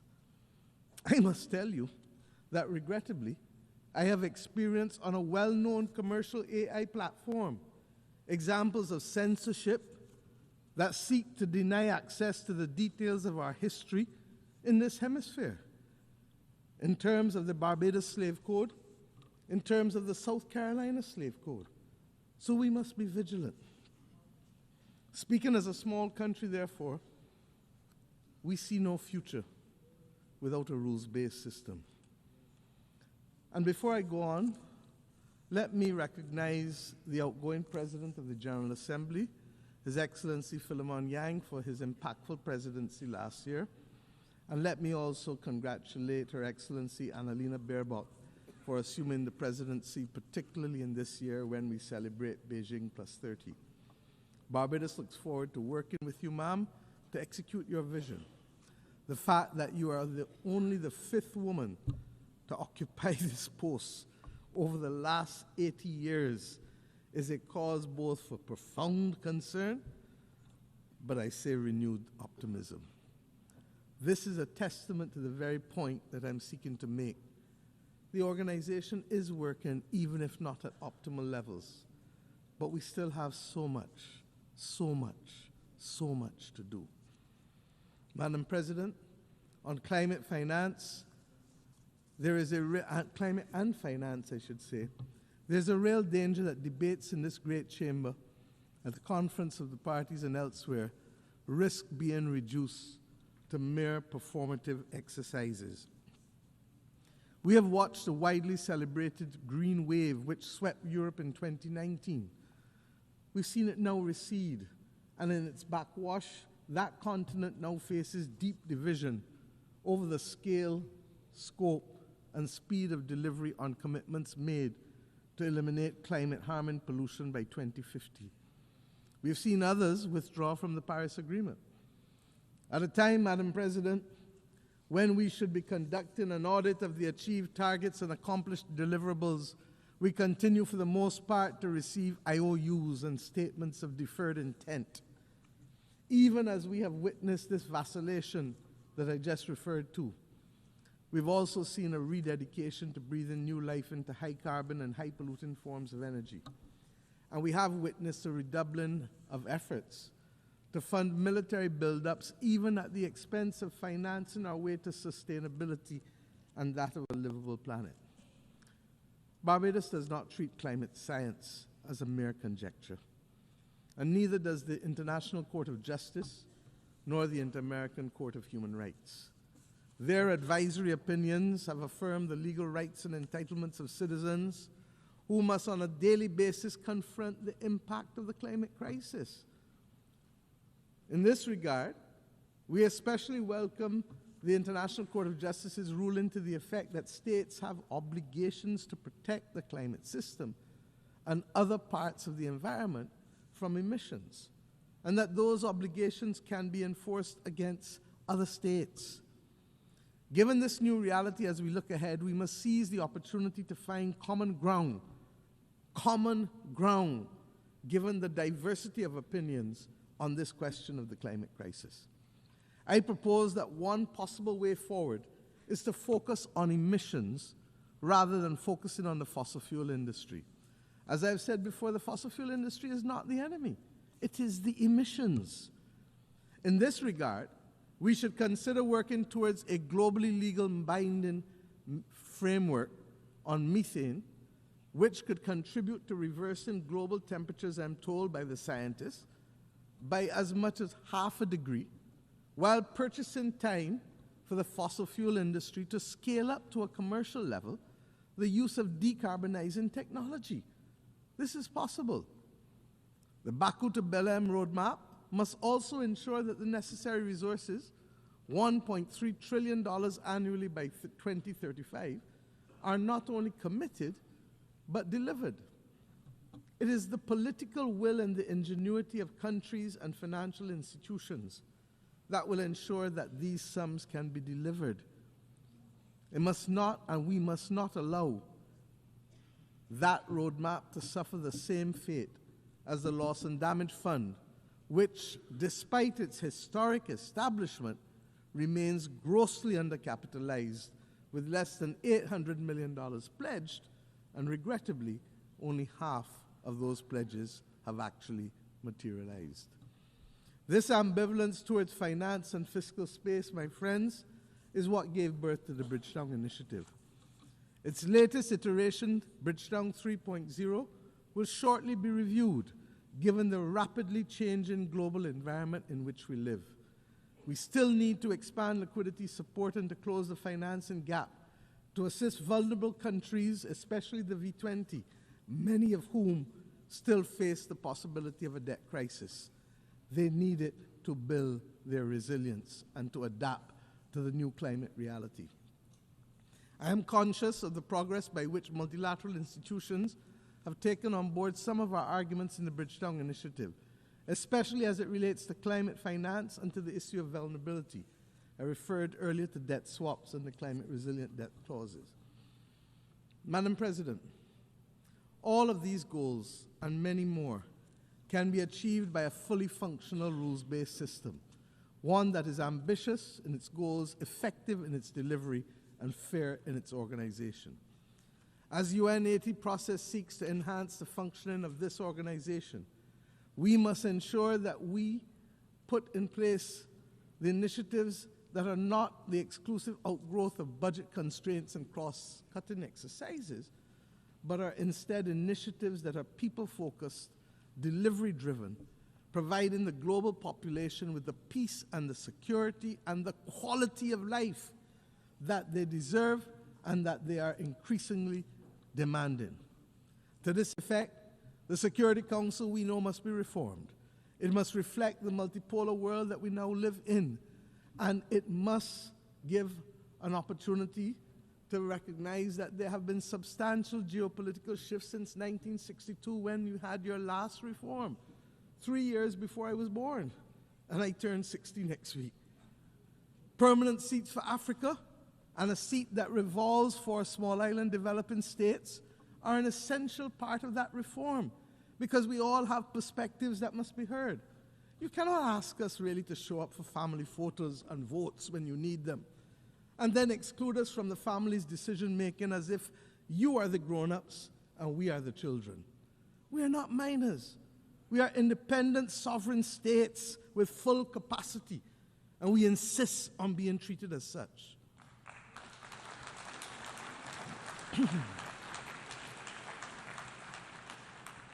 Madam President, I have left the peace and security of our Caribbean region for last. It is deeply troubling. Example, Haiti, and you've heard Prime Minister Gonzalez speak eloquently this morning on these matters. Haiti, which was once a beacon of emancipation and revolution for all of us as black people, is today a victim of centuries of external interference and contemporary internal conflict, and regrettably, even blindness. We want to thank Kenya for its extraordinary leadership of the multinational security support mission, even when they were out there on their own.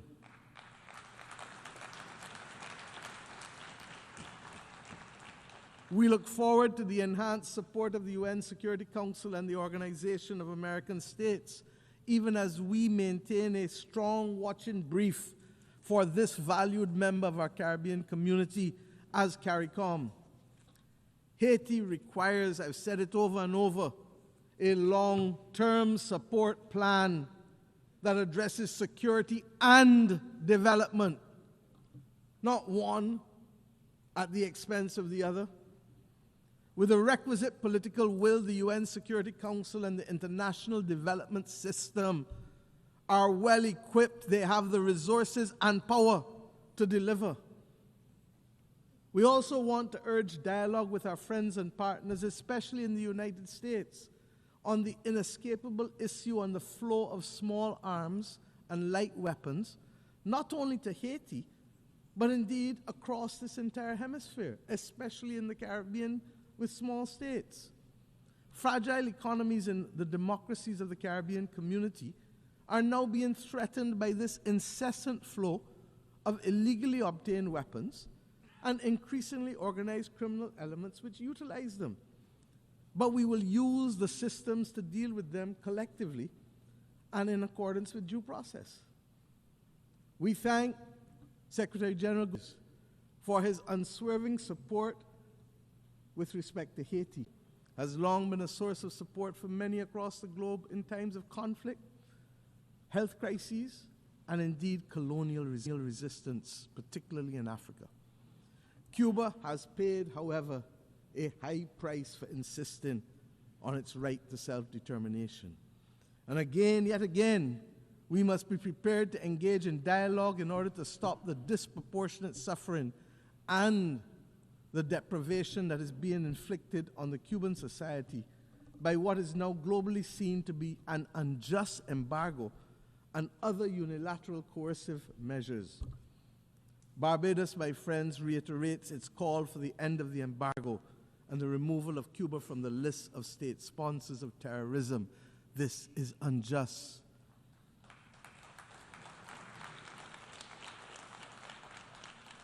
What is even more, in the Caribbean Sea, we're now seeing a shocking violation of a hemispheric understanding that the Caribbean be treated as a zone of peace.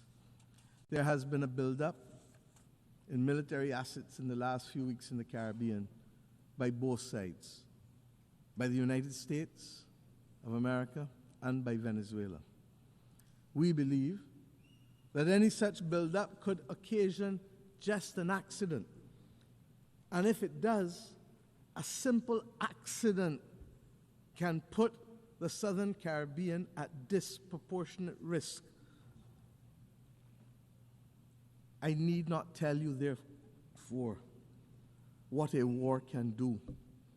It is not acceptable for our islands, our countries, to be viewed as collateral damage.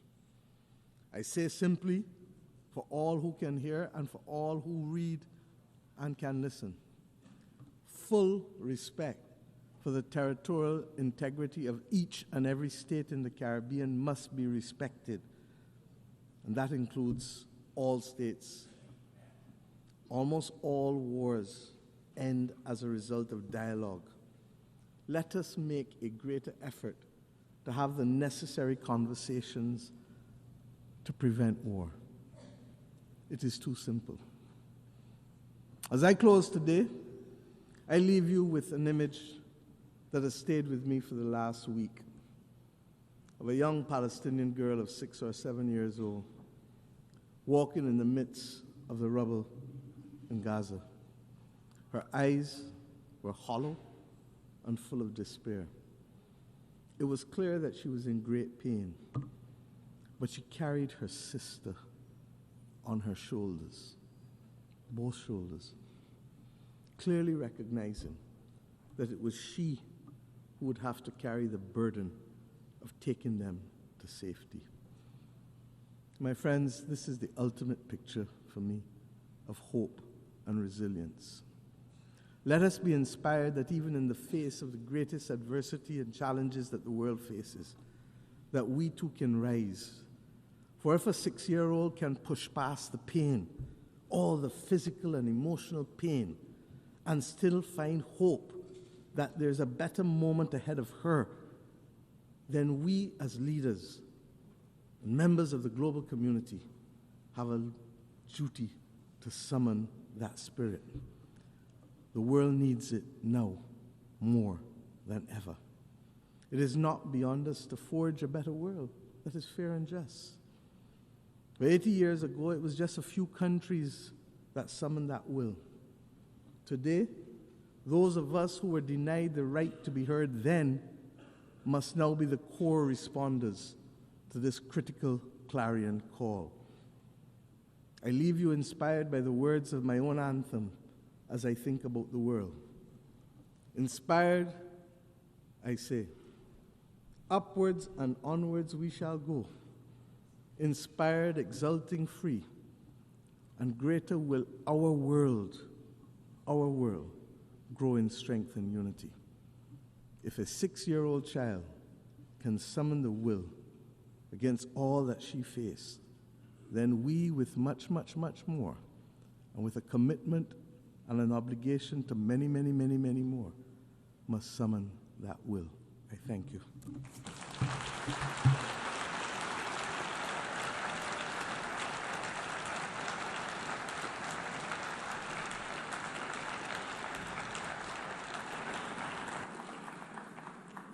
On behalf of the Assembly, I wish to thank the Prime Minister, Minister for National Security and the Public Service, and Minister for Finance, Economic Affairs and Investment of Barbados.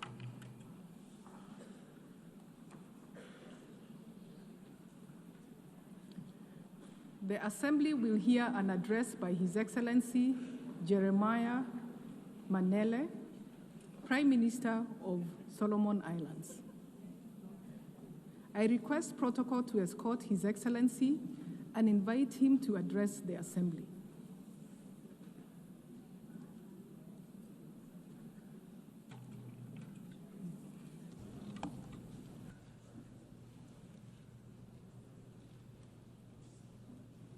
Madam President, Your Excellencies, heads of states and heads of governments, honorable ministers, distinguished delegates, ladies and gentlemen. Madam President, I bring to you and all members of this august assembly warm island greetings from the government and people of the Happy Isles.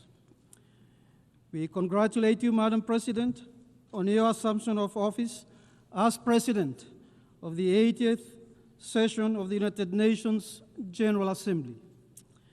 Let me also commend your predecessor, His Excellency Mr. Philemon Yang, for his sterling leadership of the 79th session of the General Assembly. Solomon Islands further acknowledge the Secretary General of the United Nations for his courage and strength in defending multilateralism. As we gather under the theme, Better Together, 80 years and more for peace, development, and human rights, I am reminded of the words of John Ellison, and I quote, "There is no peace without development, no development without peace, and neither without respect for human rights," end of quote. These words reflect the essence of our journey over the past 8 decades.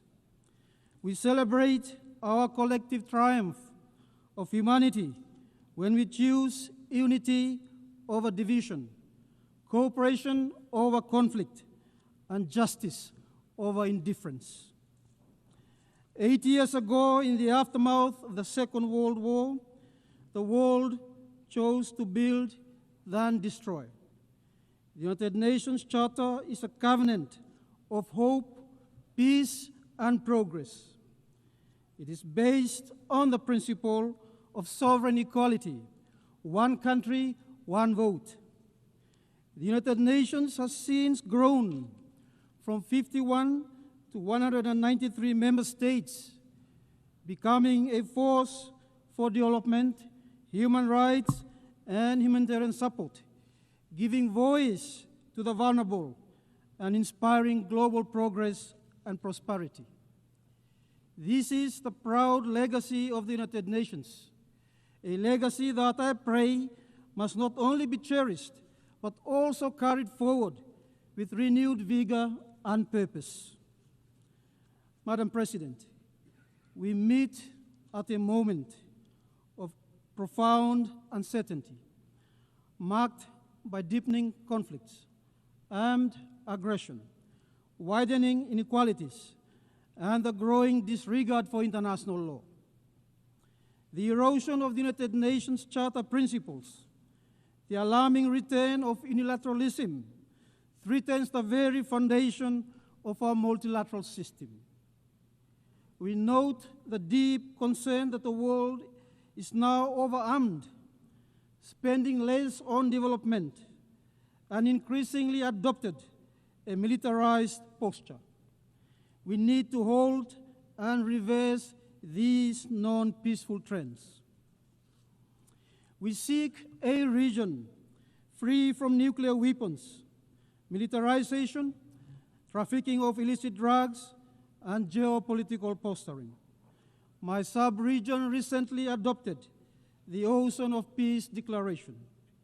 It is rooted in the Pacific's collective history and culture.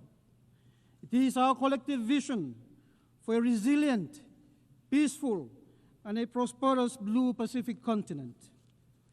We reclaim our sovereignty, support multilateralism, and a rules-based international order grounded on international law. This week, Solomon Islands signed onto the Declaration for the Protection of Humanitarian Personnel, noting that 380 humanitarian personnel paid the ultimate sacrifice last year. It is our collective responsibility to respect international humanitarian law, protect the safety of humanitarian personnel and civilians, and instill accountabilities for all in disaster and war zones. Madam President, climate change is a crisis multiplier that is defining our future. The World Meteorological Organization declared 2024 was the warmest year on record. This pushes us further off track from the 1.5 degrees goal we agreed to in Paris. Solomon Islands, despite having a minimal carbon footprint, has submitted an ambitious net positive third national determination contribution, NDC. We can do more with international partnerships, investing in reforestation and the conservation of our forests, including renewable energy investments. We need urgent and ambitious climate action now that puts us on a 1.5 degrees pathway. Large emitters and those with historical responsibility must take the lead in drastically cutting emissions. Contrary to what we heard here a few days ago, the science on climate is clear, and my people are suffering from it. On 23 July 2025, the International Court of Justice, ICJ, issued a landmark advisory opinion in response to a request by the United Nations General Assembly under Resolution 77-276. The Court was asked to address two interrelated questions. First, the obligation of states under international law to protect the climate system from harmful greenhouse gas emissions, including duties owed to both present and future generations, in keeping with the principle of intergenerational equity. Second, the legal consequences for states whose actions or inactions cause significant harm to the climate system and the environment.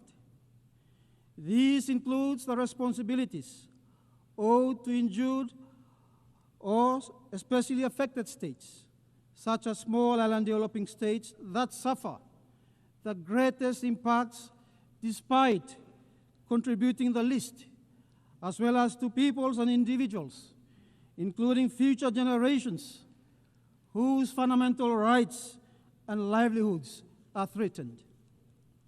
Solomon Islands welcome the historical advisory opinion of the ICJ and support ongoing process for a follow-up UN resolution. Madam President, the Court has made clear that states carry binding obligations to act on climate change, to prevent harm, to cooperate, and to protect the rights of both present and future generations. These duties are legal, moral, and universal, and hold states accountable to stop harmful practices, to prevent repetition, and to repair the damage caused. Madam President, Solomon Islands also raised the issue of climate displacement. Entire communities are already at risk of losing their homes and homelands. The Court has now confirmed that the principle of non-refoulement applies, which means that no state can lawfully return people to places where climate change makes survival impossible.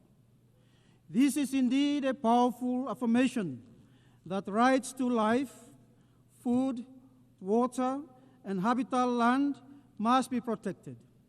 For us small island developing states, this recognition is existential, and it reminds us that climate obligations are erga omnes, owed to the world as a whole, demanding collective responsibility for a shared future. The Court's opinion is a powerful reminder and a fervent call that better together we are bound by law and by duty to act. It rejected narrow interpretations that limit obligations to the Paris Agreement, affirming instead that all states must cut emissions under human rights law, the law of the sea, customary international law, and other treaties. It made clear that the 1.5 degrees Celsius target is legally binding, that major emitters cannot evade responsibility, even those outside the Paris Agreement, and that breaches will carry consequences, including reparations for harm caused and accountability for failing to address fossil fuel production, subsidies, and consumption. For small island developing states, this opinion brings hope and recognition. It affirms that even if rising seas inundate our islands, our statehood and maritime boundaries will endure, preserving our sovereignty and our rights. Madam President, this is more than a legal finding. It is indeed a call to the international community that only better together can we honor the 1.5 degrees Celsius commitment, protect the most vulnerable, and secure a just and sustainable future for all nations and peoples. Solomon Islands wishes to acknowledge the exemplary leadership of Vanuatu and the tireless efforts of Pacific youth who have stood at the forefront of this initiative. Their voices and vision have carried the agency of our cause onto the global stage, reminding us that the strength of the Pacific lies in our unity. Though small in size, our island nations are large in purpose.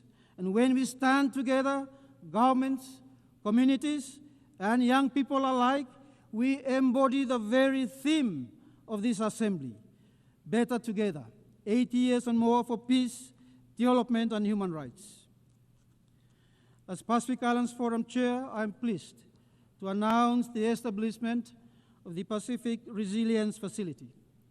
It is a Pacific-owned and Pacific-led response to the escalating impacts of climate change and disasters on our peoples.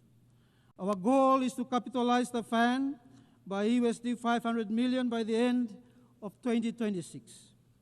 We acknowledge partners and investors who have pledged USD 166 million. We call for more partnerships for the facility. On the question of COP31, Solomon Islands supports Australia's bid to host COP31. It will provide a vital opportunity for the Pacific to amplify its voice and demand stronger climate action. Madam President, as a big ocean state with 98% of our territory covered by ocean, the lives and livelihoods of our people are inextricably linked to the health and resilience of the marine environment. Solomon Islands is proud to stand among the 60 countries that have ratified the BNJ agreement, and we look forward with great anticipation to its entry into force early next year. While the BBNJ agreement is a critical step forward for the stewardship of the world's oceans, it must be accompanied by robust conservation and sustainable use within areas of national jurisdiction. At the United Nations Ocean Conference, at the third United Nations Ocean Conference, Solomon Islands launched the Melanesian Ocean Reserve Initiative. The initiative unites sovereign nations, sovereign oceans, under indigenous stewardship to support ecological resilience and sustainable growth, using both traditional knowledge and scientific research in line with international standards.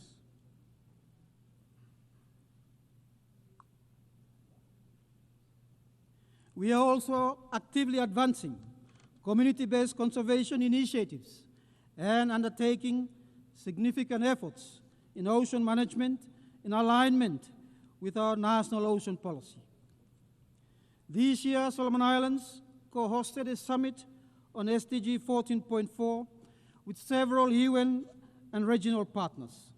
The event gathered Pacific leaders, fisheries organizations, the private sector, and scientists to assess global health of tuna stocks, climate impacts, and strengthen partnerships on small-scale fisheries. Its conclusions were presented at the third UN conference in Nice.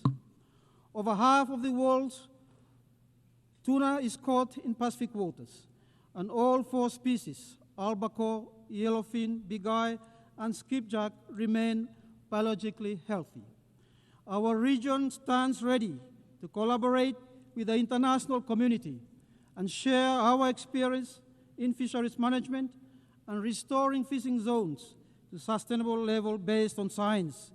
This is proof that when we act together as stewards of the ocean. Solomon Islands is an archipelagic state that shares maritime border with 5 neighboring countries.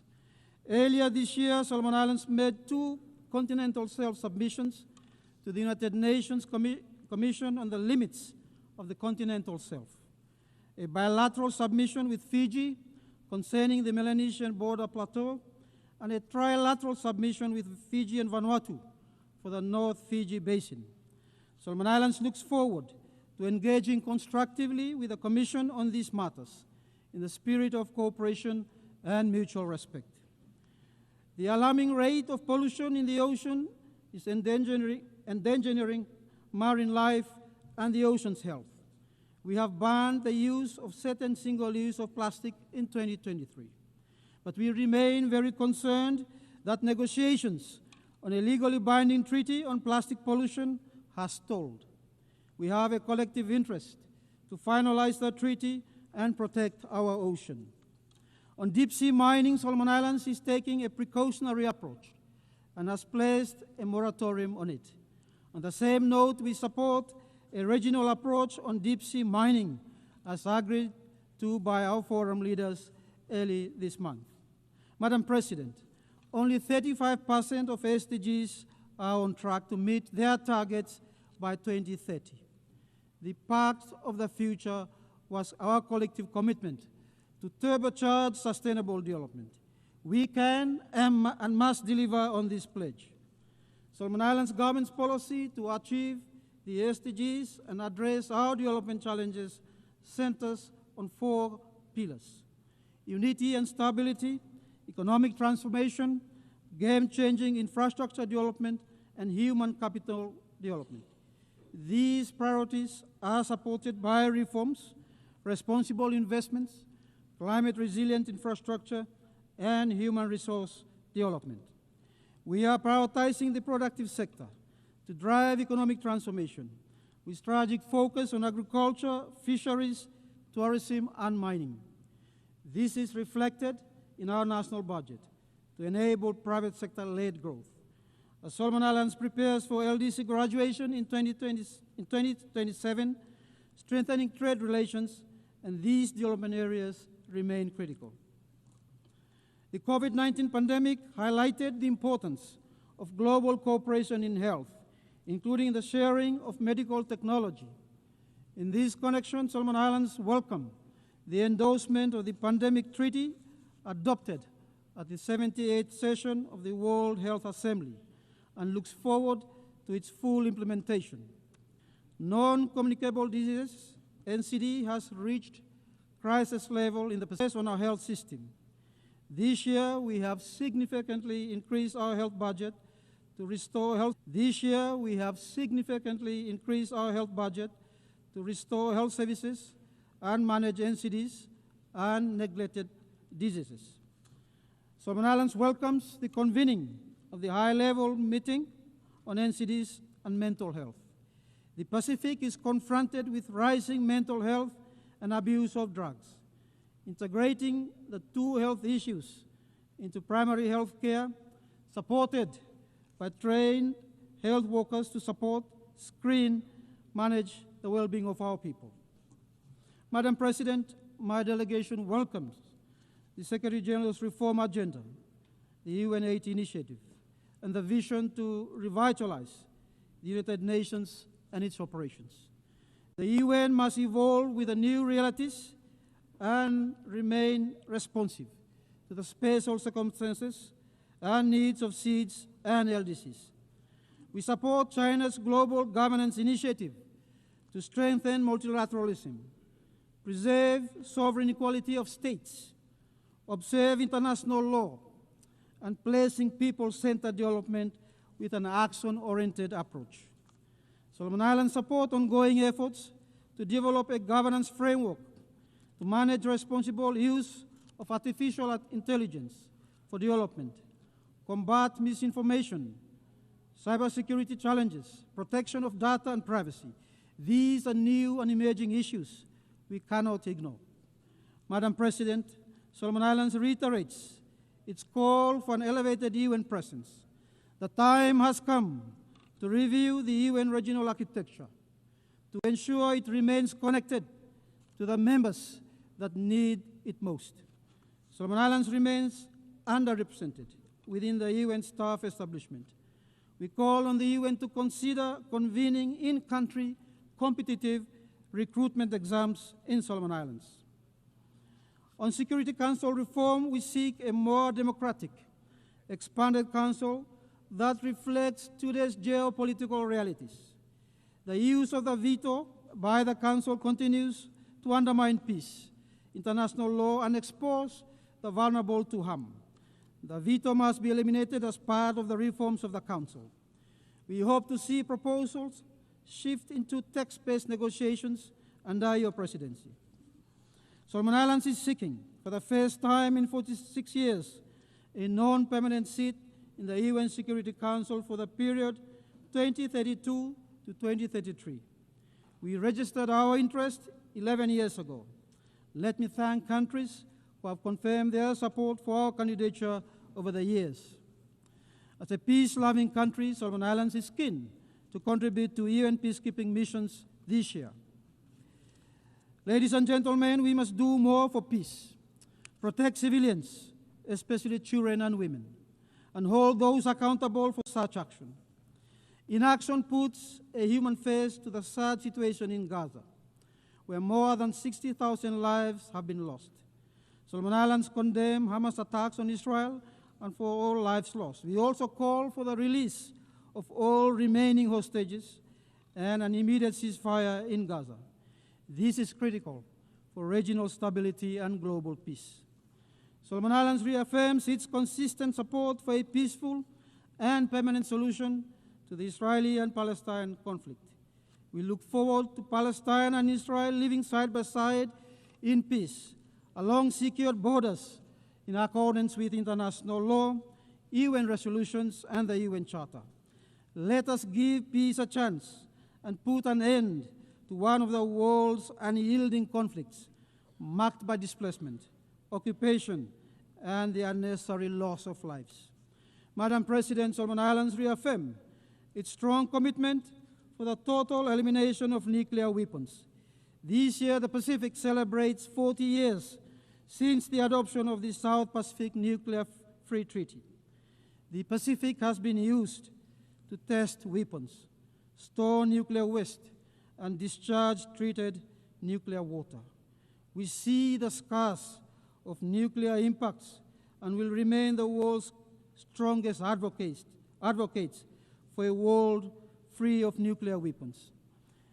Unexploded ordnance from World War II remains a threat to our communities, people, and obstruct development. Solomon Islands would like to acknowledge the United States, Japan, and Australia in disposing World War II UXOs and carcinogenic substances buried in our land and seas left behind from World War II. This is the cruel reality of a war we never chose, yet whose scars we continue to carry. Justice demands that those responsible accept their duty to help heal the wounds they left behind. And it is only by standing better together in solidarity, with shared responsibility and compassion, that we can finally close this painful chapter of history and build a safer, more just future for our people. Madam President, Solomon Islands continue to value the partnerships we share with all countries and institutions for development. These partnerships have been crucial to our development in the past 47 years. We express gratitude to Australia's long-standing partnership and support to Solomon Islands across all development objectives of our national development strategy. China's infrastructure projects in health, transport, and communication are enabling economic growth and transforming lives. We thank the government and people of the People's Republic of China for this growing partnership. Solomon Islands reiterates and reaffirms its respect for the One China principle. New Zealand's support to expanding and upgrading airports across the country and the fisheries sector addresses our key development areas. Japan's work on one of our key provincial hospitals, economic infrastructure, and capacity development is very much appreciated.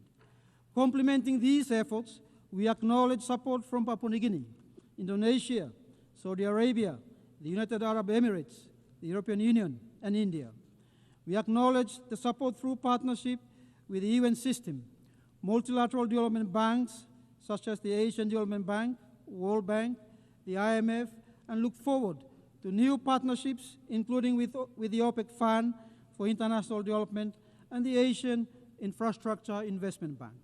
On the same note, Solomon Islands' journey thus far has been supported by our private sector, state-owned enterprises, and NGOs.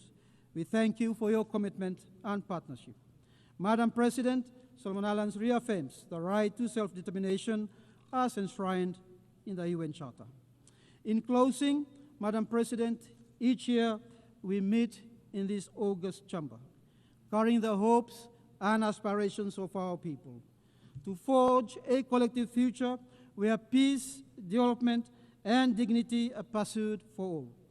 This is the responsibility we must take seriously and respond to with sincerity and urgency. For small islands developing states like Solomon Islands, a strong multilateral system is not an ideal, but a necessity. It ensures that every nation has a voice, that power does not silence principle, and that cooperation nor cohesion guides our global affairs. The United Nations must be reformed and remain relevant and stand as the cornerstone of a multilateral system, with humanity at its heart. As we commemorate 8 years of our United Nations, we must also recognize that this year, 2025, marks the close of the first quarter and the dawn of the second quarter of this 21st century. This is not only a milestone to celebrate, but also a moment to reflect on the path that we have collectively or individually taken, and looking into the future, the course we must now chart better together. From 2000 to 2025, the world has faced defining moments that shaped our shared journey. We lived through global terrorism, a financial crisis that shook economies, a pandemic that tested our resilience, and the accelerating impacts of climate change. Yet we also achieved remarkable milestones, including but not limited to the adoption of the Sustainable Development Goals, advances in technology, and the strengthening of the institution of family. These experiences remind us that humanity's progress and survival depend on our ability to act better together. As this year marks not only a moment of reflection, but also of shared responsibility.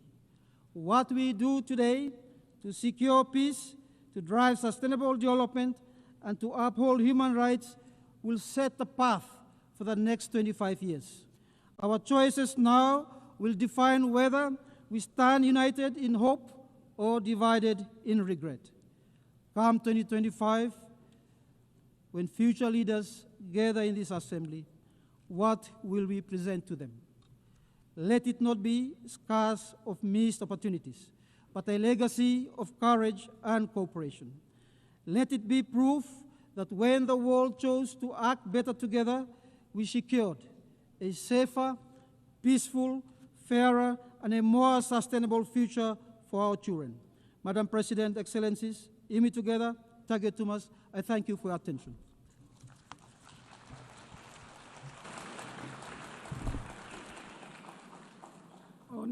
On behalf of the Assembly, I wish to thank the Prime Minister of Solomon Islands.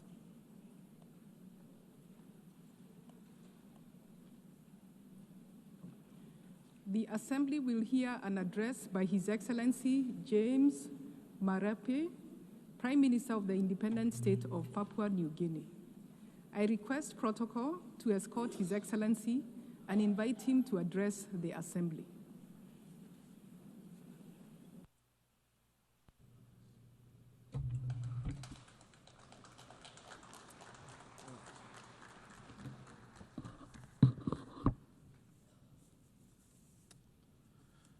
Madam President, congratulations on your election to the presidency of the 88th session of the United Nations General Assembly. I want to also thank the outgoing president for his wonderful work. Secretary General, Excellencies, distinguished delegates, ladies and gentlemen. Firstly, on behalf of my country, Papua New Guinea, I want to say thank you to Almighty God, the Creator God, for the care of my country the last 50 years. It is truly with deep honor that I bring to this assembly warm greetings from the 10 million people of my country.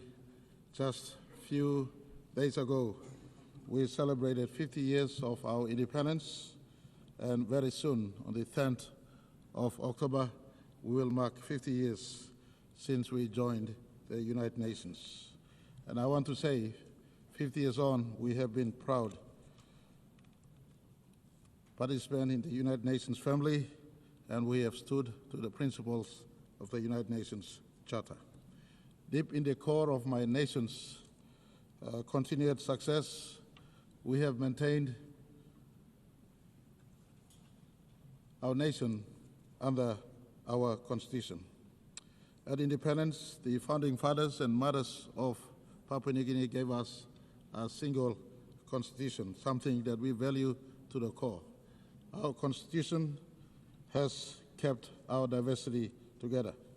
It protects total human rights, affirms our Christian heritage, it guides the way we live and govern. Despite being Christian, for instance, we protect the freedom of religion of every sort in our country. It safeguards our culture, and it protects our environment. Papua New Guinea is home to extraordinary diversity. Since time past, over 1,000 tribes have lived.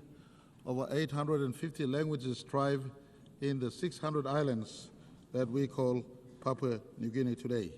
It is this one constitution that binds my country into a symphony of one nation, one people, one country. And I want to say thank you very much to the fathers of my country and to the mothers of my country who have given this wonderful constitution that protects the democracy we have today.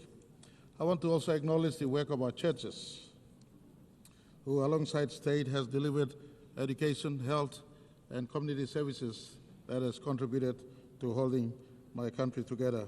For this, we are forever grateful. I want to say deep in the heart of this Constitution, it preserves human rights and human dignity. And we coexist amongst ourselves. If you look into PNG today, we got mosques for our Muslim brothers and sisters. We have Hindus who practice their Hindu faith. We have many religions in our country. Our Constitution, whilst pronounced our Christian faith, tolerates diversity of religion, diversity of people's opinion, diversity of individuals' choice in as far as their practice of worship and how they want to live. In a world of so much divergence, Papua New Guinea has one or two lessons to teach the world. One of them is living amidst diversity, coexisting and living in unity. Our second lesson we possibly want to speak to the world is a lesson of peace. Papua New Guinea, like many parts of the world, also has known conflicts for a decade. In fact, 14 years after independence in 1975, Bougainville Island in our country suffered extreme violence. But through dialogue under the oversight of United Nations, we've achieved the 2001 Bougainville Peace Agreement. And since then, I am happy to say not a bullet has been fired since the peace agreement was signed. We continue to resolve questions around Bougainville's future through dialogue, our Melanesian conscience, our Christian brotherhood sitting together on the table, and through our consensual process. And I want to say, Bougainville reminds us that peace can be achieved. In a world today where we struggle to find peace, I want to say peace can be found on the table of peace. I remind all who are in conflict, different conflicting parties, needless to name, peace can be found. Why don't you give peace a go? Sit on the table of peace. This morning I was pleased to hear Israel Prime Minister saying for the first time, or in fact he's been saying but re-emphasized again this morning, that Hamas, if you let go those who you capture, they could stop the war right now and then. That's a construct of peace. And I want to say, why don't we give peace a go? Hamas, for Israel conflict with you, you have the opportunity to give your people a moment of peace. This morning, Israel Prime Minister uttered that if you let go the hostages, including those that have been killed, they could stop the war now, right now. And for Papua New Guinea as a friend of Israel, I want to say we will stand on Israel's word and ask them to come to the peace table if Hamas, you come out and stop the current war that is going on. Give peace a go. To the other conflicts happening around the world, peace can be sought, peace can be arrived at. And I want to ask, give peace a go, sit at a table of peace. That could be something that the world can learn from Papua New Guinea. After 10 years of civil conflict, we decided under UN supervision that we will give peace a go. 24 years on, no bullet has been fired. We're working through the process. And I want to thank the Secretary General. We were honored. Very recently, he did visit us. He visited us, spent 3 nights and 4 days in Papua New Guinea. He praised our leadership on climate change, on biodiversity, preservation of natural environment, and of course, our diversity of people living together as one people, one nation, one country, despite the 1,000 tribes and 840 or 50 languages we have.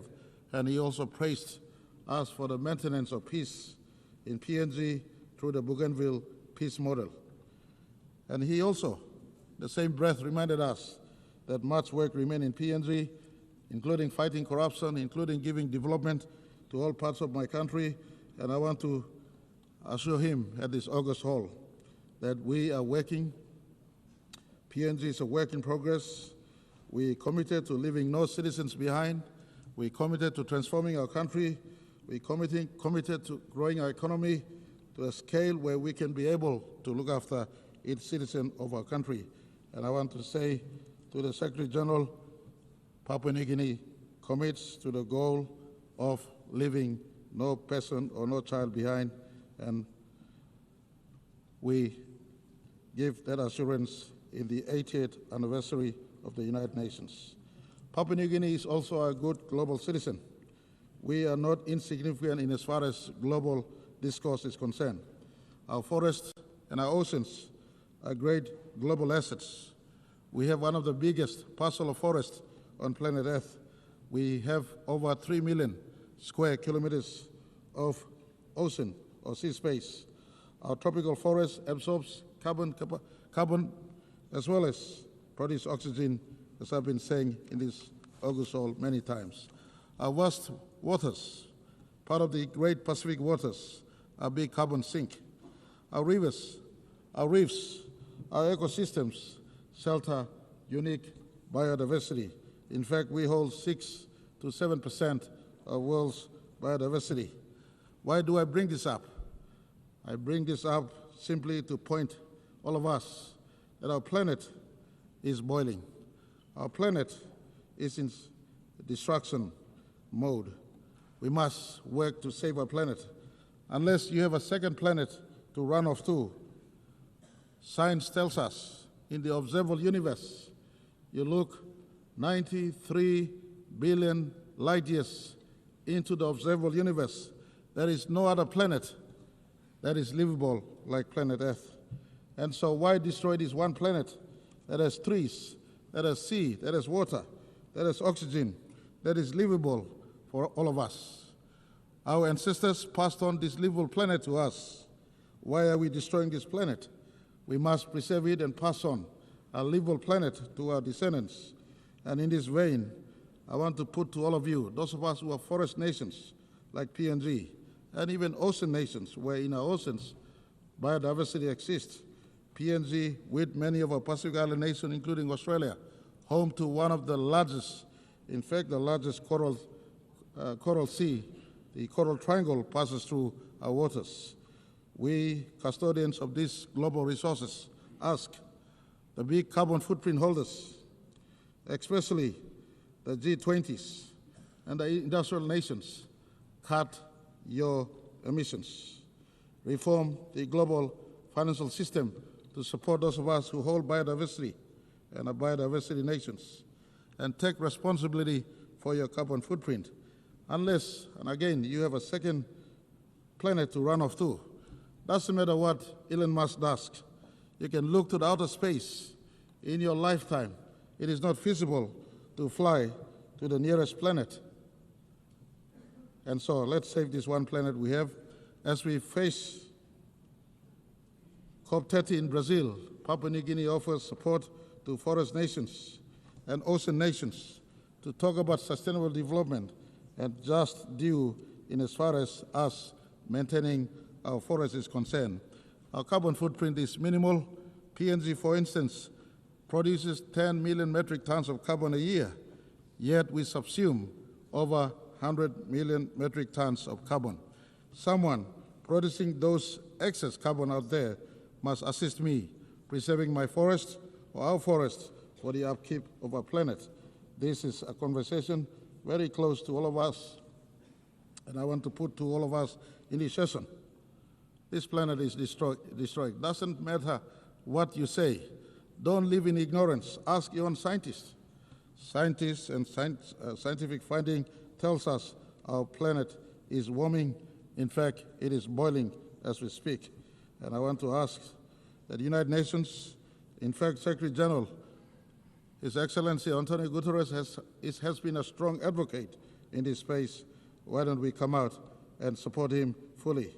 And on this, I want to thank the United Nations for continual embrace of Papua New Guinea's aspirations and views since 1975.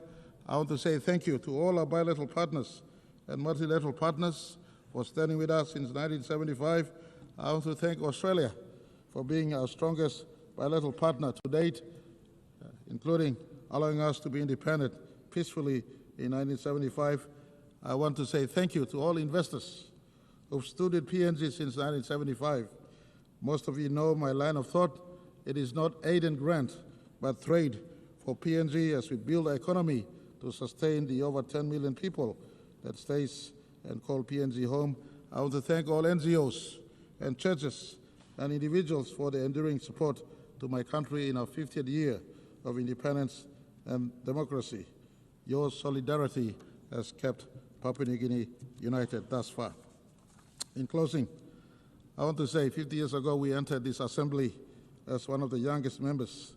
Today, 50 years on, we stand tall as a free, vibrant democracy, nation that is still united amidst our diversity, resilient and strong, working to grow our economy so that our people can be prosperous and to improve our region as well as contribute to the world around us.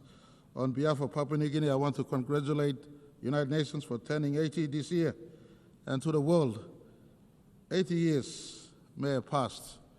Some things don't change. Core values of humanity don't change. United Nations is the meeting place of the diversity we have called planet Earth, rather. Papua New Guinea has diversity in ourselves. Our diversity finds our meeting place in our national parliament, in our constitution. Likewise for humanity. Many of you may think that United Nations is irrelevant, but Papua New Guinea at the 80th year of United Nations want to say the Charter is relevant. We must keep the sanctity of the United Nations running. In this place, humanity can meet. In my closing message, I want to say, unity can be found in diversity, like PNG maintains our unity in diversity. It is better together than being alone.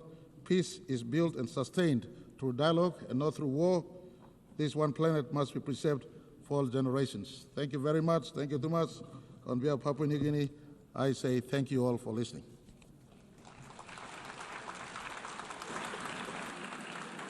On behalf of the Assembly, I wish to thank the Prime Minister of the independent state of Papua New Guinea.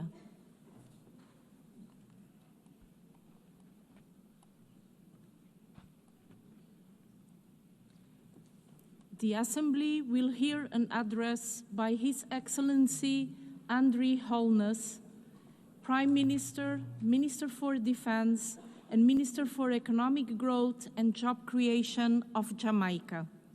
I request protocol to escort His Excellency and invite him to address the Assembly.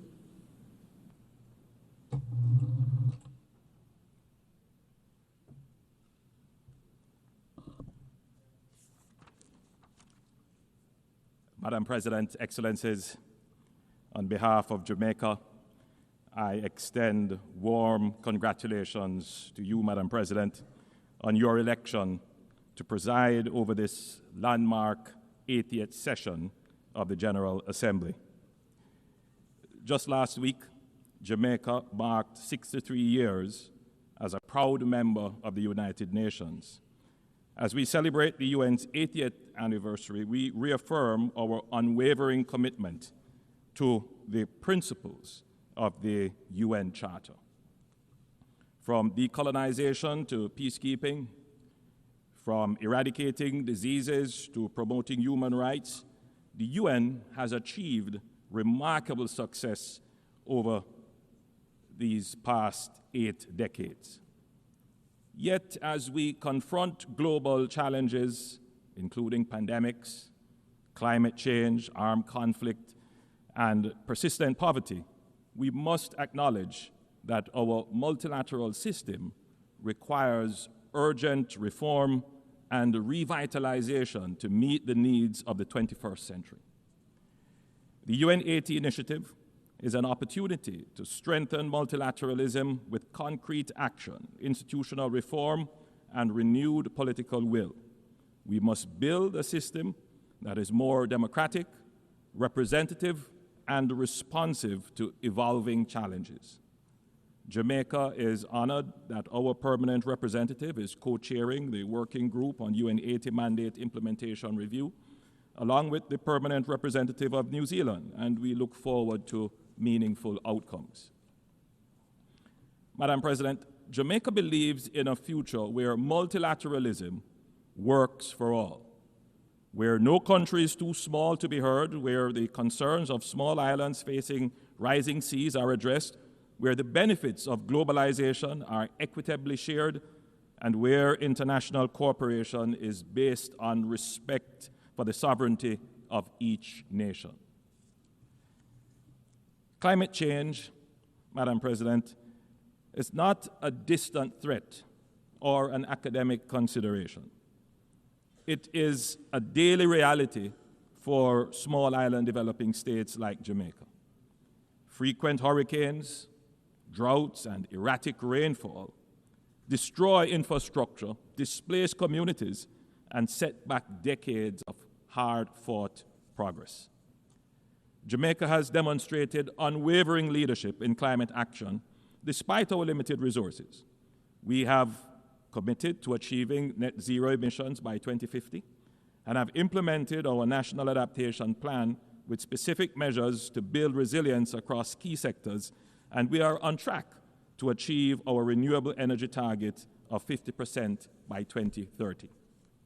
However, our efforts and those of other SIDS are severely constrained by the lack of predictable access to financing. The promise of $100 billion annually remains unfulfilled. The Loss and Damage Fund, established at COP28, was historic, yet its initial capitalization of $800 million is grossly inadequate. Developed countries must honor their commitments and scale up climate finance, recognizing that adaptation is a necessity for the survival of small island developing states. The global financing system remains fundamentally flawed. It penalizes reforming economies like Jamaica with high borrowing costs while ignoring our vulnerabilities. Through sacrifice, discipline, and sound management, Jamaica has reduced its debt to GDP ratio from 144% to now 62%. Yet we remain locked out of concessional financing because of outdated metrics based solely on per capita income.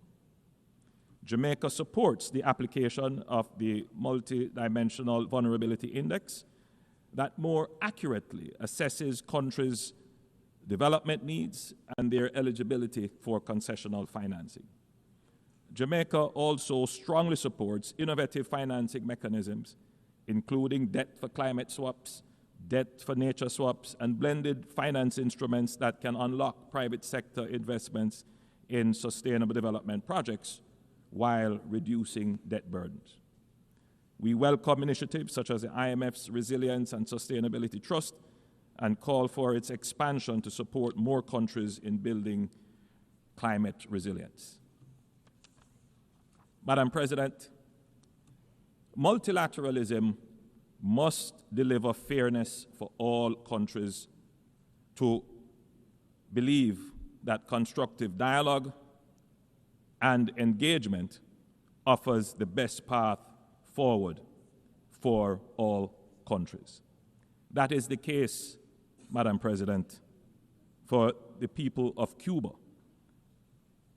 so that they may be able to fully participate in the global economy.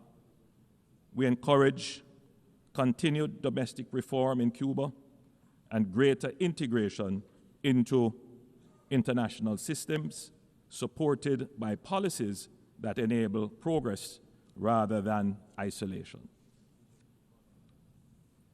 Madam President, Jamaica once again condemns the heinous October 7, 2023 attack on Israel and is deeply horrified by the devastating humanitarian consequences of the counteroffensive in the Palestinian territories. A just and peaceful resolution to the conflict is only possible through diplomacy and dialogue. We continue to support United Nations Security Council Resolution 242 and support the call for a ceasefire agreement that includes the release of all remaining hostages and definitively ending the protracted war and human suffering. Madam President, political instability, gang violence, and humanitarian crises in Haiti affect not only the Haitian people, but the entire region. As current chair of CARICOM, Jamaica has led and participated in efforts to restore peace and constitutional order in Haiti.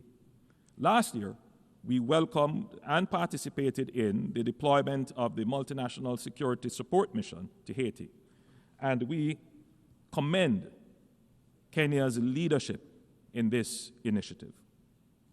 Despite progress made, the situation remains dire. As we contemplate next steps, we urge member states, especially those in the Security Council, to operationalize the recommendations made by the Secretary General for a transition to a more robust hybrid mechanism to deal with the situation in Haiti. We call on member states to provide the necessary financial and logistic support to ensure the success of this initiative. But security operations alone will not suffice. Haiti's governance deficit and fragile institutional framework must be addressed. Once stability is restored, the international community must help rebuild democratic institutions, ensure free and fair elections, expand humanitarian relief, and invest in infrastructure to support long-term stability. Haiti's recovery requires sustained global support. Madam President, the Haitian crisis has laid bare a wider truth. Transnational criminal networks involved in cybercrime, trafficking arms, narcotics, and people, organizing violence and destabilizing institutions, are an existential threat to states. Gangs are now global syndicates with resources that rival nation states. Jamaica has made significant progress in tackling gangs and reducing our homicide rate by more than 50% in recent years. But we know that unless these networks are totally dismantled, our gains remain fragile.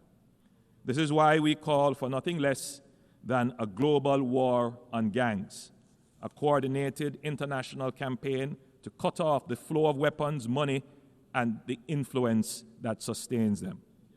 This requires deeper engagement from all member states. We urge full implementation of the UN Programme of Action on Small Arms and Light Weapons and the International Tracing Instrument. Major arms exporting countries must tighten export controls, strengthen end-use monitoring, and ensure rigorous post-delivery verification. Jamaica welcomes cooperation with all partners in this fight, including the interdiction of drug trafficking vessels, provided that such operations are carried out with full respect for international law, human rights, and with the coordination and collaboration of the countries of the region. The Caribbean has created regional security mechanisms, but these efforts alone cannot match the scale of the threat.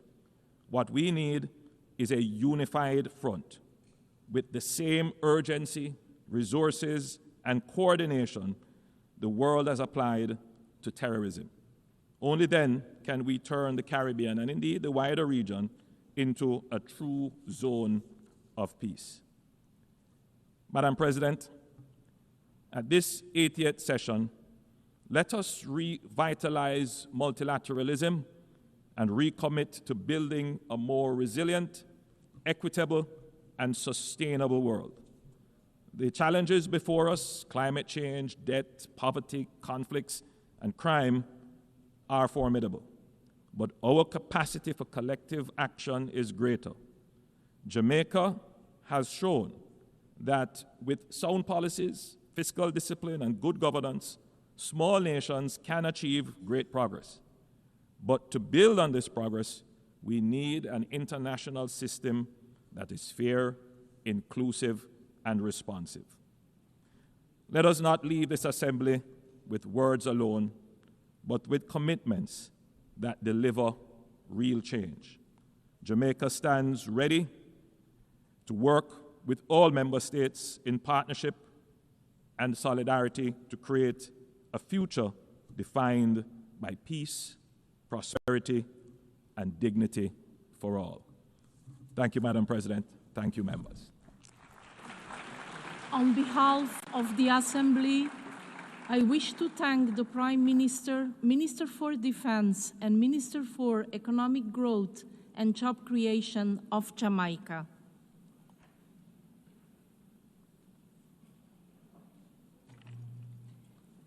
The Assembly will hear an address by His Excellency John Briceño, Prime Minister and Minister of Finance, Investment and Economic Transformation, Civil Aviation and E-Governance of Belize.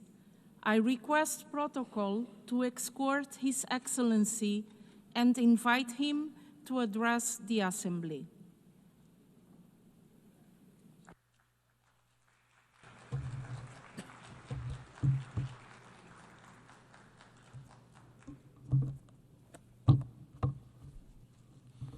Thank you, Madam President. For 8 decades, the United Nations has endured, a beacon of hope for the world, a defender of dignity and freedom, a shield against aggression, whether for the mighty or the small, and a foundation for cooperation that has lifted millions out of poverty and given humanity a chance to move forward together. Yet, the vision penned 80 years ago remains unfulfilled. Peoples and nations continue to suffer under oppressive regimes. We face new threats, from criminal networks to planetary and technological challenges that overwhelmed natural systems, economies, and even basic human rights. These are global challenges. They don't stop at borders. And no matter how powerful a nation may be, none of us can meet them alone. Now, more than ever, we need to work together. Now, more than ever, we need the United Nations. And if the UN has fallen short of its promise, It's not because the idea is flawed, it's because too often its members, including the most powerful among us, have failed to act. And we see the cost of that failure today. The world is facing more conflicts than at any time in recent decades. This year alone, 6 nuclear powers have been drawn into conflict in Asia, in Europe, and in the Middle East. Military spending has rose by 9% to $2.7 trillion last year, even as global insecurity deepened. That is more than half the GDP of all the countries of Latin America and the Caribbean. Wars in Ukraine, Gaza, and Sudan, dragging on year after year. Hundreds of thousands dead, millions displaced, orphaned, left with nothing. The images should compel us to act, and yet too often the UN is actively blocked from doing its job. In Gaza, one of the largest man-made humanitarian crises grows worse day by day. The UN's relief agency, lifeline to millions, is being pushed to the brink, and the two-state solution, the vision of peace this body has long supported, is slipping away. In Sudan, a UN embargo has not stopped the killing. In Haiti, gangs have overrun the country. Political turmoil deepens.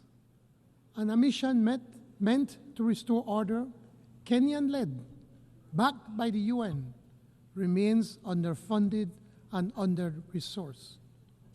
These are only a few of the many crises. And in each of them, weapons flow, drugs flow, violence crosses borders, and governments are left weaker, peace fleeting. These are not isolated tragedies. They are a warning. They reveal a pattern of international indifference, disregard for international law, impunity, a tolerance of inhumanity, and deepening cynicism. So the question before us is simple. Do we allow this cycle to continue, or will we summon the will together to break it? Over the last 2 weeks, my country has chosen to act with restraint and caution in the face of repeated aggression and provocative actions by our neighbor Guatemala at our southern boundary. Actions which seek to challenge Belize's sovereignty and territorial integrity. Actions that do not accord with the obligations of states not to exacerbate or extend the dispute before the International Court of Justice. Latin America and the Caribbean are committed to maintaining our region as a zone of peace, an area free of nuclear weapons, an area where conflicts are prevented through dialogue. And it is for this reason that we are concerned about the serious implications of utilizing military tactics against civilian vessels in the Caribbean Sea. Madam President, for 44 years of independence, Belize has been a peaceful and welcoming nation. We have been a refuge for those fleeing war and terror from countries near and far. Per capita, we have absorbed more migrants than any other country in our region. These new Belizeans have enriched our society and enjoy equal protection under the law. Every Belizean also benefits from free primary education and accessible, free, or low-cost health care. Through Plan Belize 2.0, we are building on that foundation by expanding tuition coverage, improving health care, raising the minimum wage, creating more decent jobs, and widening access to housing. We have an ambitious energy transition plan that places Belize on the track to surpass net zero through innovative financing that turns our forests and reefs into investments for conservation. But ambition comes at a cost. My government has chosen fiscal discipline even as we pursue this bold agenda. Belize is the 5th most vulnerable small island developing state to climate risk, ranked 2nd in the world for impacts from extreme weather. Rising seas are already displacing some coastal communities. Extreme heat strains our energy systems, and unpredictable rainfall threatens our farmers. Fishers must now travel farther and risk more for declining catches in warming seas. Food security is under threat.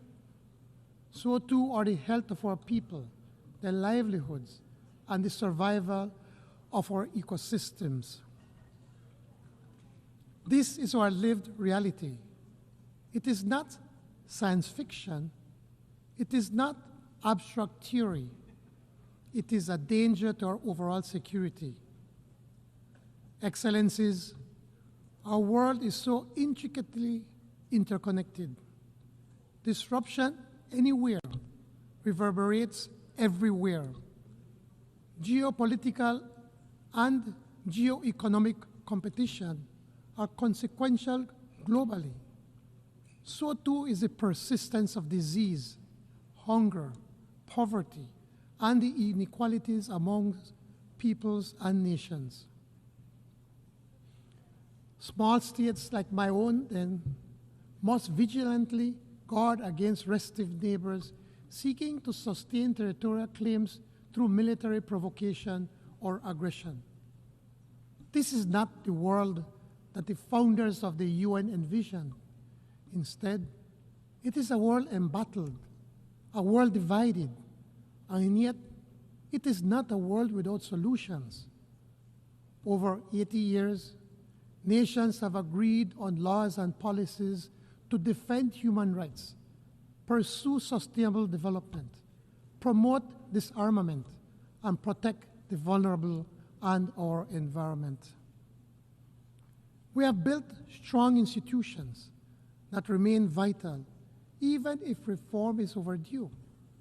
But we cannot face today's challenges by relying on legacy alone.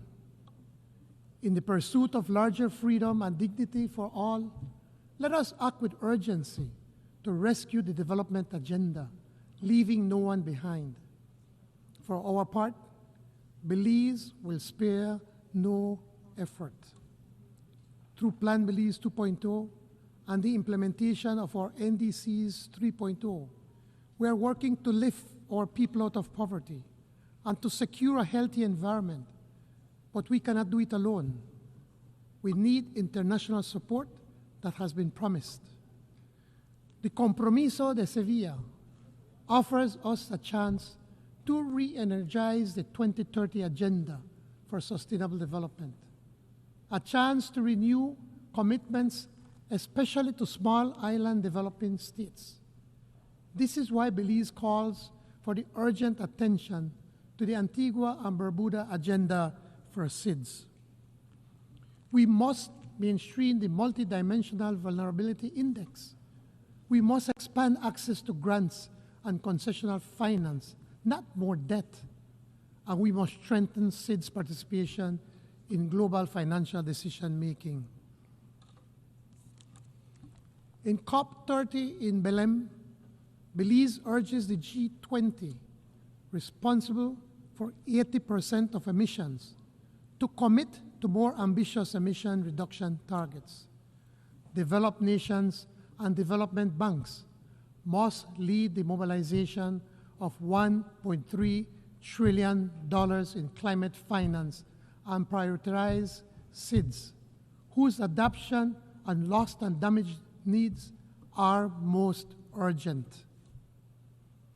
It is high time, past time, for the global financial system to reward environmental stewardship, to recognize the true value of these natural assets for long-term resilience. Consider this. 30% of the world's ocean lie within the jurisdiction of small island developing states, much under some form of protection. These marine environments help regulate the global climate, yet we receive little for our efforts.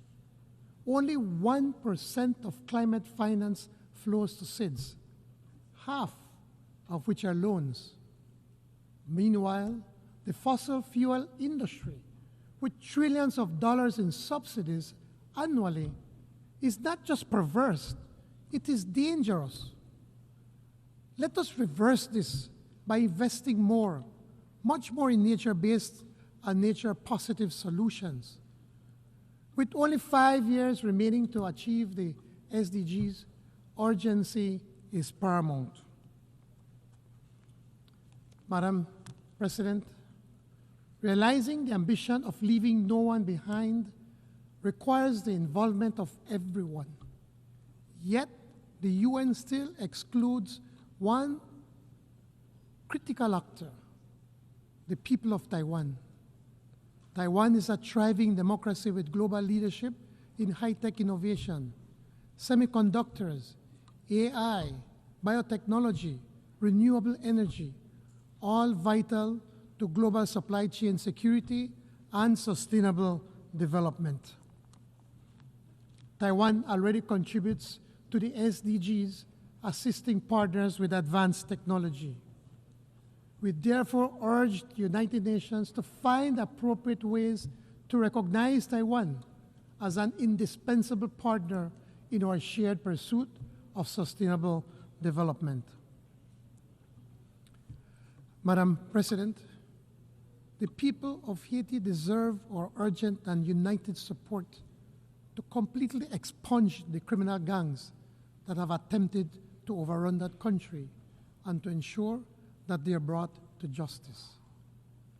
A workable path forward for Haiti exists, but it requires sustained security assistance, resources, and a coherent international response. We must act now. Excellencies, each nation must be free to define its own path. The International Court of Justice has affirmed that self-determination is a preemptory norm. We must end the denial of this right to the people of Western Sahara, whose plight the world continues to ignore. The economic, commercial, and financial blockade imposed by the United States of America against Cuba must end, and Cuba must immediately be removed from the list of countries that allegedly sponsor terrorism. It is illegal, inhumane, and contrary to the UN Charter. And the genocide in Palestine must stop now.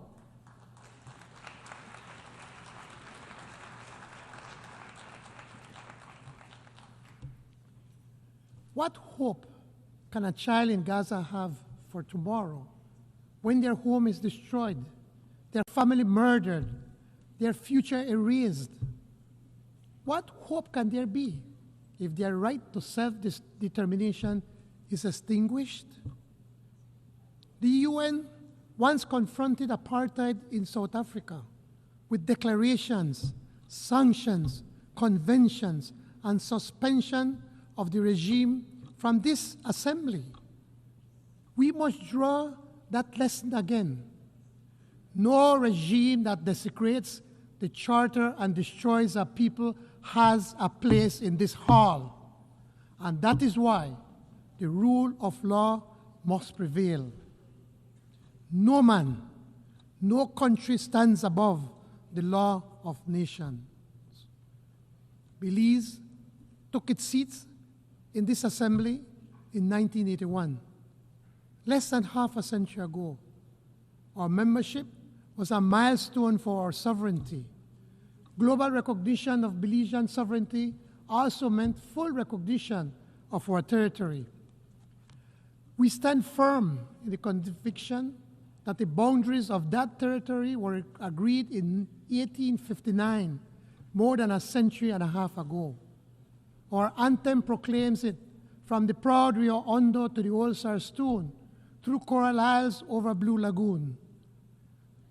Though our territory is contested, we remain firm, not belligerent, tested but not subdued, threatened but not deterred, because the rule of law is on our side. Together with Guatemala, we submitted our dispute to the ICJ in 2019. We await the court's decision.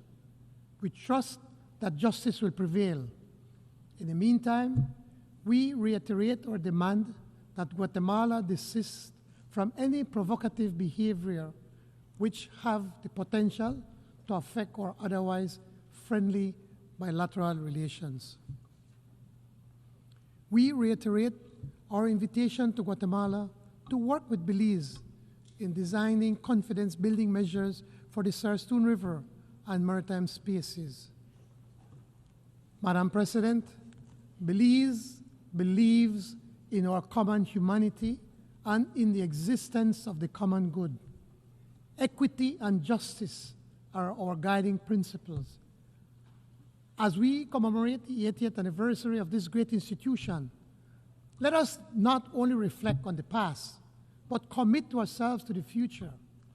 Let us affirm together that multilateralism is not an option, but an obligation, that the rule of law is not an aspiration, but a necessity, that the dignity of every human being is not negotiable, but inviolate.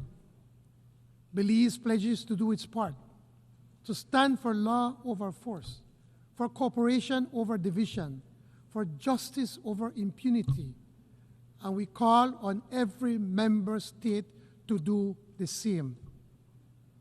Only then can we make real the promise of the Charter: peace, prosperity, and larger freedom for all peoples in every nation for generations yet to come. I thank you. On behalf of the Assembly, I wish to thank the Prime Minister and Minister of Finance, Investment and Economic Transformation, Civil Aviation and E-Governance of Belize. We have heard the last speaker in the general debate for this meeting. The next plenary meeting to continue with the general debate will be held immediately following the adjournment of this meeting. The meeting is adjourned.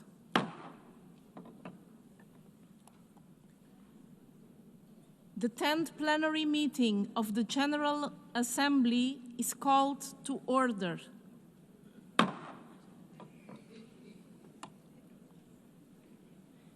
The Assembly will continue its consideration of Agenda Item 8, entitled General Debate. The Assembly will hear an address by His Excellency Nsokwanai Samuel Matekane, Prime Minister and Head of Government and Minister for Defense, National Security and Environment of the Kingdom of Lesotho. I request protocol to escort His Excellency and invite him to address the Assembly.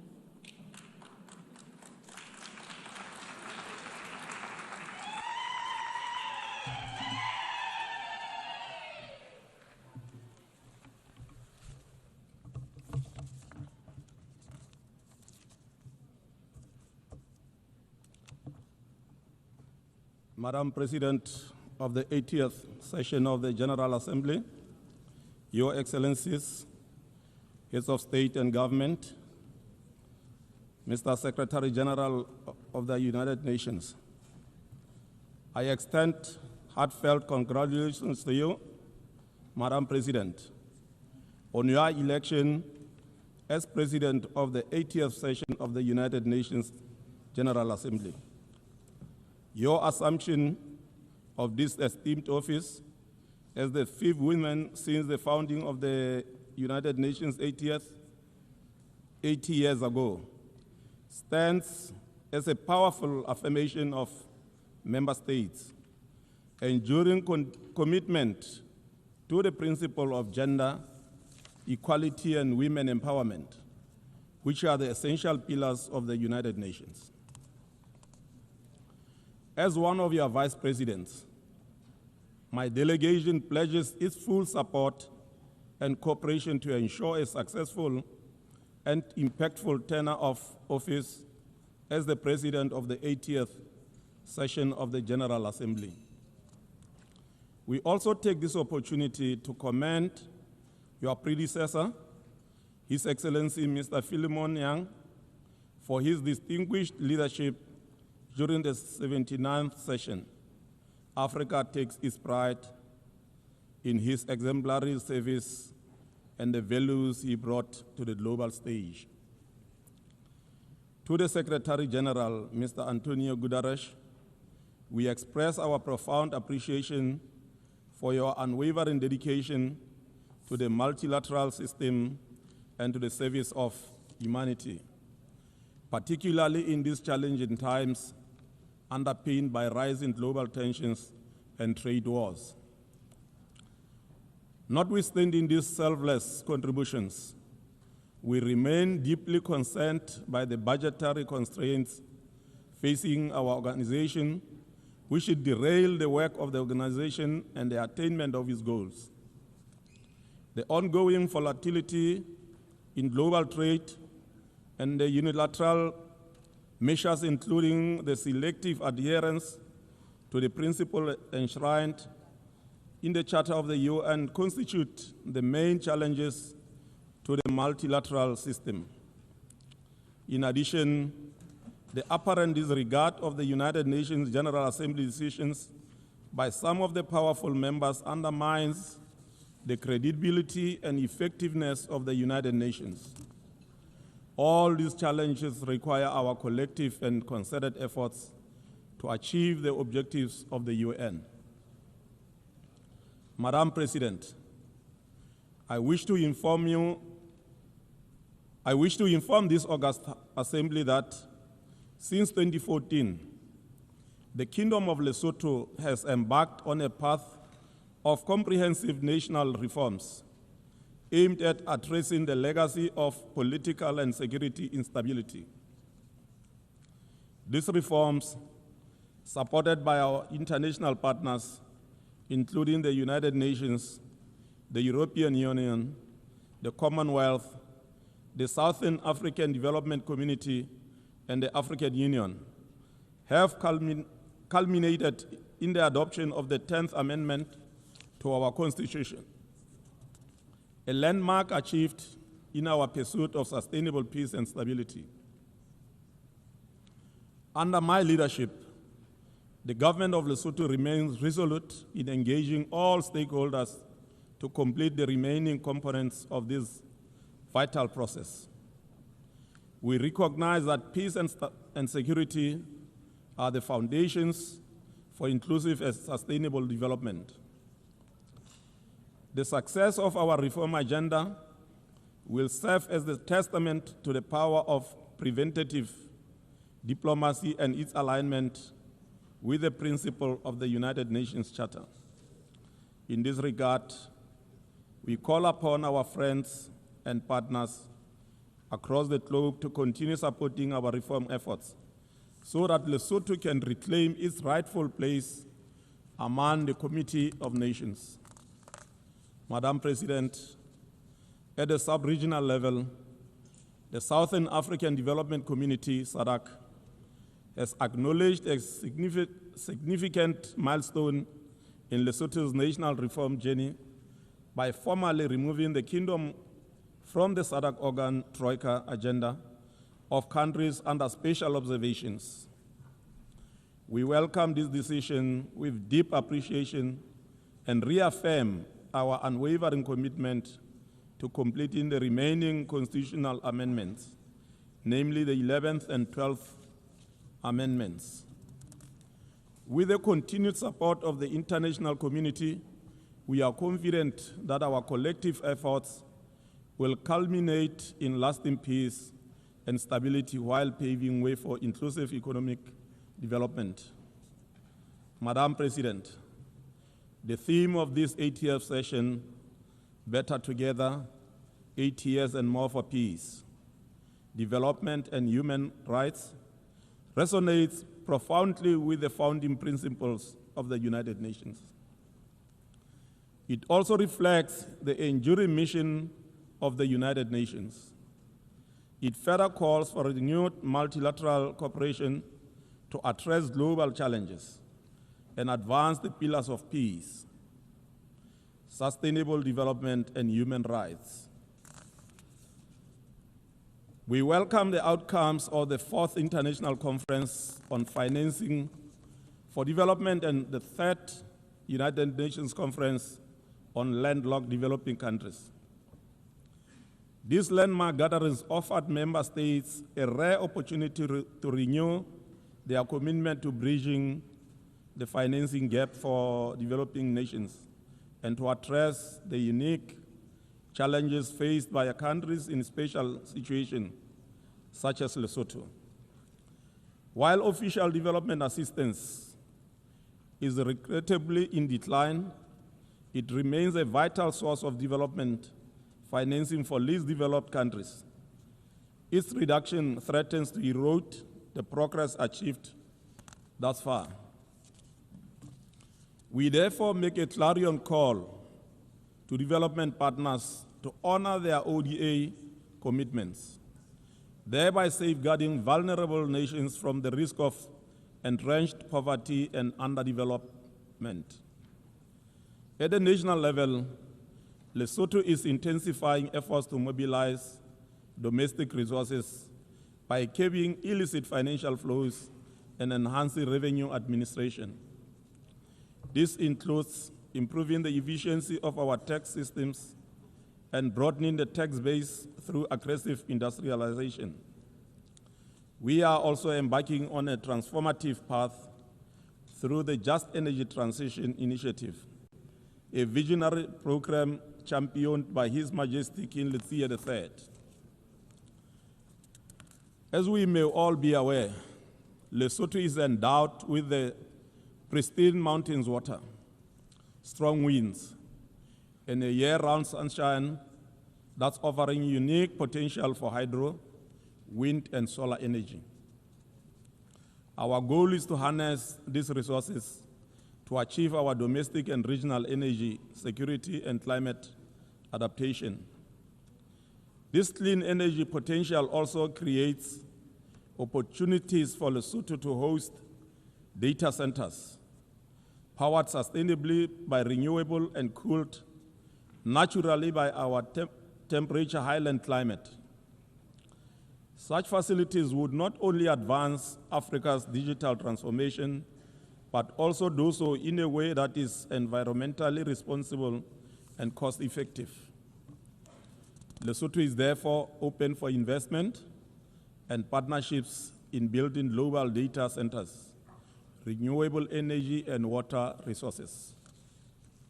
Madam President, digital transformation is reshaping our world. For developing countries like Lesotho, the implementation of the Global Digital Compact is not a luxury, it is a necessity. To ensure resilience and inclusive development, the government of Lesotho is prioritizing investment in affordable digital infrastructure, promoting digital literacy, and nurturing innovation ecosystems. These efforts are particularly focused on empowering youth, women, and rural communities. Let us bear in mind that the continent of Africa is home to the largest number of youth that is 70% under the age of 30 years. Our collective ability to harness their potential in different productive sectors of our economies remain one of the most viable solutions to our structural challenges. In this regard, we invite all and sundry to ensure youth participation in governance, entrepreneurship, and decision-making processes. Madam President, agriculture remains the cornerstone of economic activity in landlocked, least developed countries. However, it is affected by climate shocks. To mitigate these impacts, greater investment in adaptation and resilience are essential. We warmly welcome the proposal to establish regional agricultural research hubs under the AWASA Program of Action for LLDCs to mitigate the impact of climate change. Such centers have the potential to provide access to sustainable agricultural practices and innovation critical for enhancing agricultural security and reducing poverty. I am happy to reaffirm Lesotho's interest in hosting such a center for the African region. Madam President, addressing the global climate emergency and ecosystem degradation demands coordinated international action. Extreme weather events, erratic rainfall, and drought threaten food systems, water resources, and financial stability. The preservation of biodiversity and sustainable management of natural resources on land and at sea are critical to climate adaptation. Though landlocked, Lesotho recognizes the integral role of oceans in the global climate system. In this spirit, Lesotho signed the agreement on the conservation and sustainable use of marine biological diversity of areas beyond national jurisdiction, BBNJ agreement, on 13 June 2025, during the United Nations Ocean Conference in France. This act reaffirms our belief that stewardship of the high seas is a shared responsibility of all humankind. Madam President, a healthy population is the bedrock of a resilient and prosperous nation. Lesotho remains committed to ensuring equitable, accessible, and quality health care for all, regardless of age, gender, or location. We continue to expand primary health care services with emphasis on sexual and reproductive health, maternal and child health, communicable diseases such as HIV/AIDS and tuberculosis, and the growing burden of non-communicable diseases. Lesotho also recognizes that universal health coverage cannot be achieved without addressing gender equality. We remain steadfast in mainstreaming gender equality, strengthening women's rights, and eliminating gender-based violence. Madam President, as we mark 80 years of the United Nations, the UN institutional reforms are indeed essential for relevance and efficiency. 8 decades since its founding, the United Nations must evolve to meet contemporary challenges. Reform of the UN Security Council must not remain a distant aspiration eternally. Deliberate efforts by all of us must be made towards ensuring that negotiations garner the requisite support so that the historic injustices of the past are corrected. For us as Lesotho, we reaffirm our support for the common African position, which is commonly known as Esulini Consensus. We also welcome the Secretary General's UN-8 initiative aimed at enhancing the organization's effectiveness. As this initiative unfolds, we emphasize the importance of equitable representation within the Secretariat and sensitive to the vulnerabilities of developing states. We trust that member states will duly consulted throughout this process. Madam President, Lesotho remains committed to the maintenance of international peace and security, a core mandate of the United Nations. Yet, we are deeply troubled by ongoing armed conflicts around the world, which pose grave threats to global stability. Of particular concern is the protracted conflict in Gaza, which has resulted in immense human suffering, especially among women, children, and other vulnerable groups. We commend efforts by member states to pursue peace in the Middle East conflict and call for the immediate and unconditional release of all remaining hostages. We further call for a permanent ceasefire to prevent further loss of innocent lives. The resolution of international dispute must be grounded in dialogue, justice, and equality. Lesotho continues to advocate for a two-state solution in accordance with the relevant United Nations resolutions.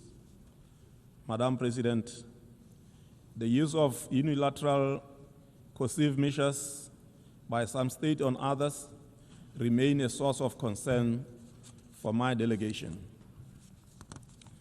The consequences of such measures are also felt beyond the borders of the targeted countries.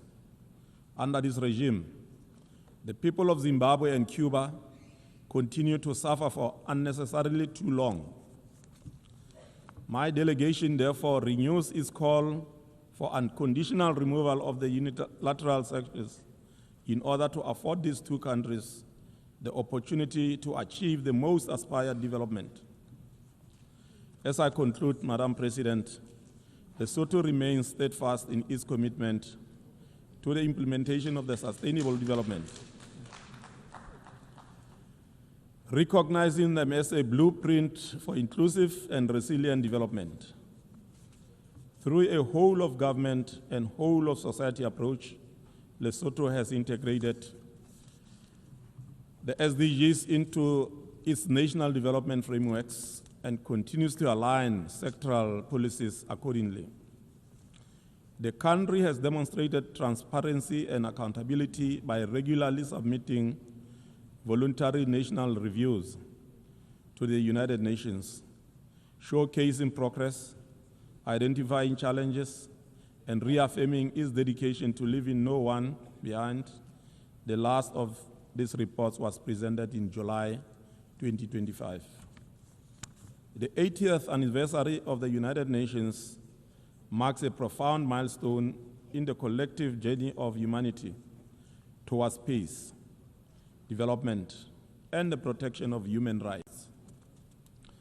Over 8 decades, the organization has stood as a beacon of multilateral cooperation, guiding member states through moments of triumph and adversity.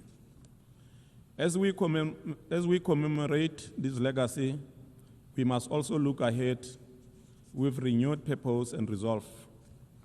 The future demands a United Nations that is more inclusive, responsive, and equipped to address emerging global challenges, from climate change and digital transformation to rising inequality and geopolitical tensions. The next chapter must be defined by bold action, strengthened solidarity, and a shared commitment to leave no one behind. I thank you for your attention. Thank you. On behalf of the Assembly, I wish to thank the Prime Minister and Head of Government, Minister for Defense, National Security and Environment of the Kingdom of Lesotho. The Assembly will hear an address by His Excellency José Ulisses Correia e Silva, Prime Minister and Minister of Reform of the Republic of Cabo Verde. I request protocol to escort His Excellency and invite him to address the Assembly.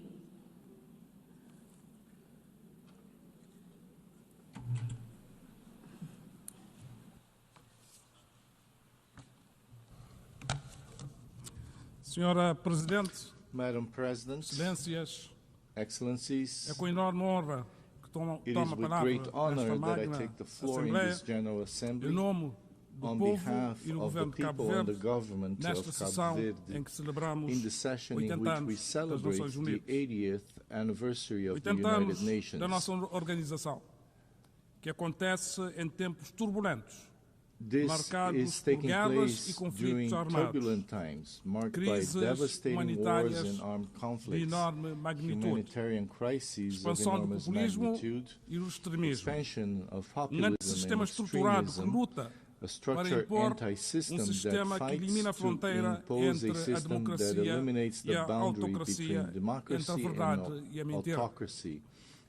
Este mundo turbulento assiste impotente à aceleração das alterações climáticas, ameaçando o planeta Terra e a humanidade.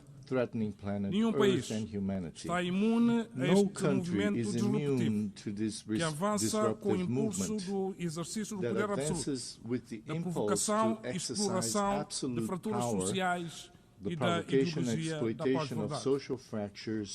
É neste mundo turbulento que exige uma Organização das Nações Unidas empoderada, enquanto reguladora global, que necessitamos e que é pertinente.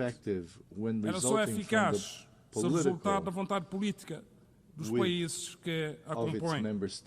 Neste contexto, gostaria de enaltecer a iniciativa UN-80, lançada pelo secretário-geral António Guterres, como um espaço de reflexão e de renovação do multilateralismo, de mobilização da vontade política para a paz, o desenvolvimento sustentável e os direitos humanos. Cabo Verde saúda a revitalização da Comissão sobre a Situação da Mulher, instrumento central para a promoção da igualdade de género no sistema multilateral. Acreditamos que a aceleração dos Objetivos de Desenvolvimento Sustentável depende do empoderamento da mulher.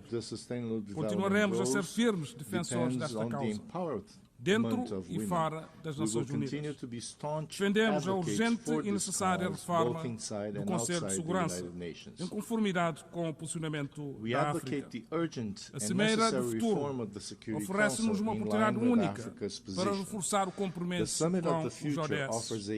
Mais do que metas globais, é a dignidade humana de milhões de pessoas que está em causa. Pessoas concretas, filhos de Deus, vivendo em países concretos, atuando em múltiplas dimensões.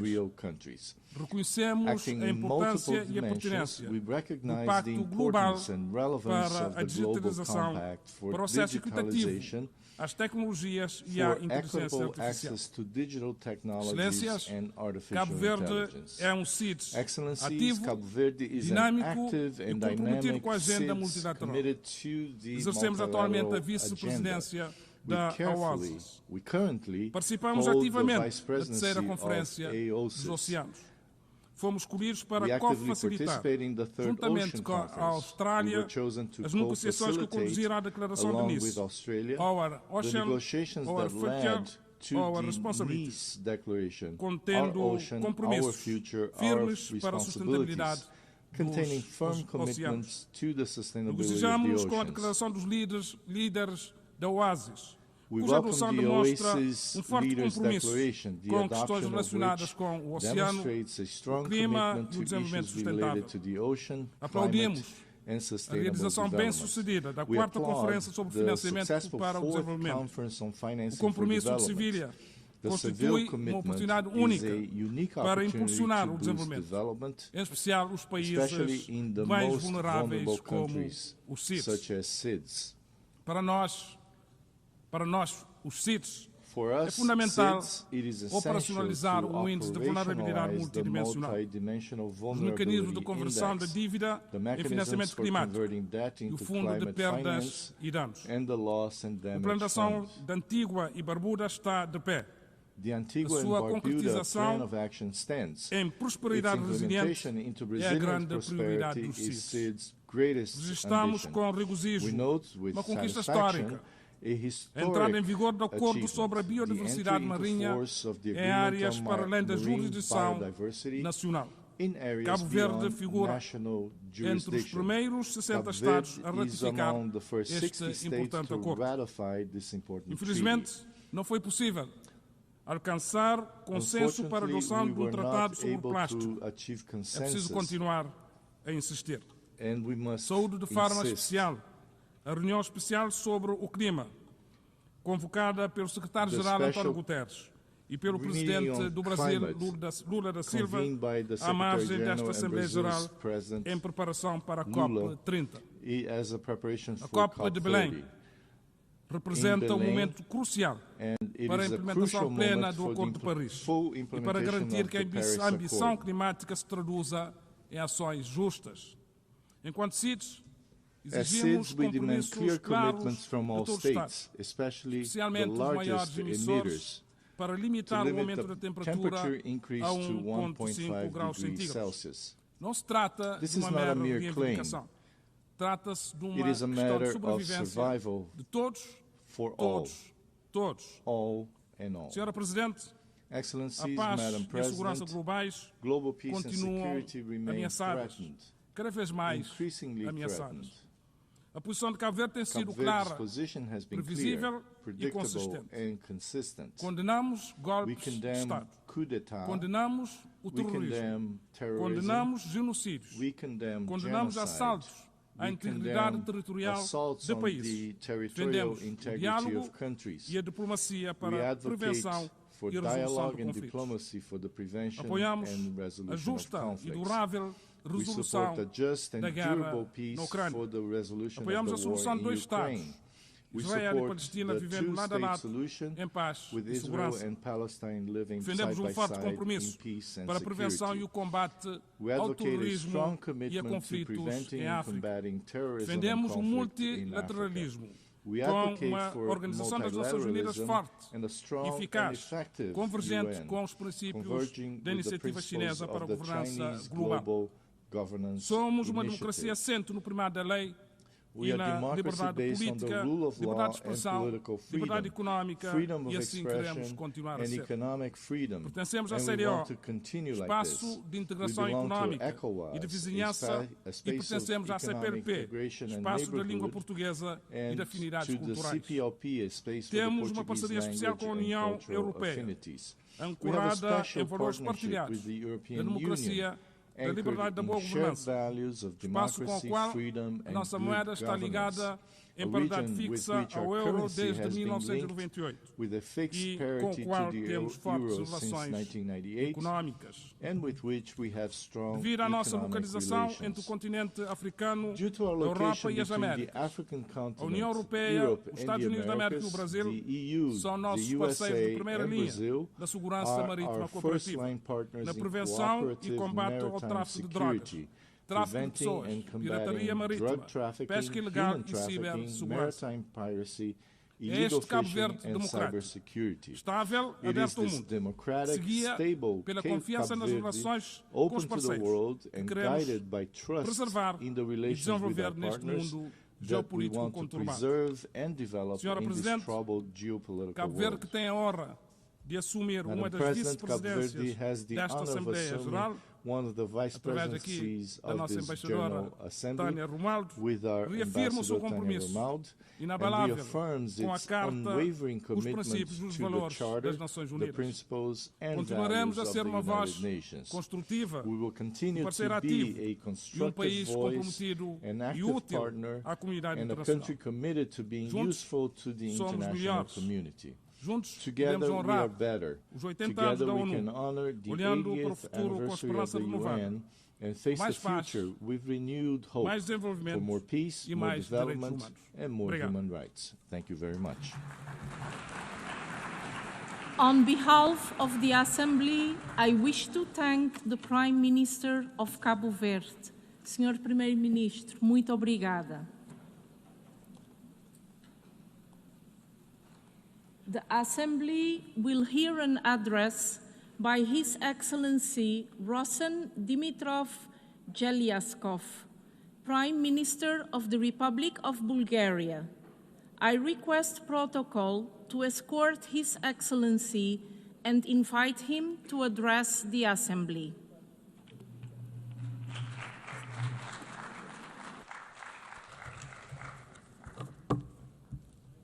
Madam President of the General Assembly, Excellencies, ladies and gentlemen, in Bulgaria, we carry a simple truth at the heart of our identity. Unity makes strength. These words are more than motto. They are a legacy born of struggle and solidarity. They echo through our history, from the forging of our independence to the building of our democratic institutions. And today, in a world shaken by division and conflicts, this principle feels more urgent than ever. The challenges we face, from contested global narratives and eroding trust in international institutions to stalled development, financial instability, and shrinking humanitarian space, do not respect borders. They demand a united response. Bulgaria's creed is a message we offer to the world, that the hope lies not in isolation, but in coming together. Bulgaria reaffirms its commitment to effective multilateralism and to the rules-based international order with the United Nations at its core. For 80 years, the UN has been a beacon of hope, a platform for dialogue and peace. And this year, in 2025, Bulgaria marks 70 years of membership. Over 7 decades, Bulgaria has stood alongside fellow member states in pursuit of the UN's founding ideals, contributing to peacekeeping, sustainable development, and the protection of human rights. As we celebrate this milestone, we renew our pledge to the UN Charter and to a future defined not by division, but by unity and strength it brings. For the UN to meet the test of our time, reform is not a choice, but an imperative. Bulgaria fully supports the Secretary General's UN80 initiative for mandate reviews, structural reform, and more effective use of resources.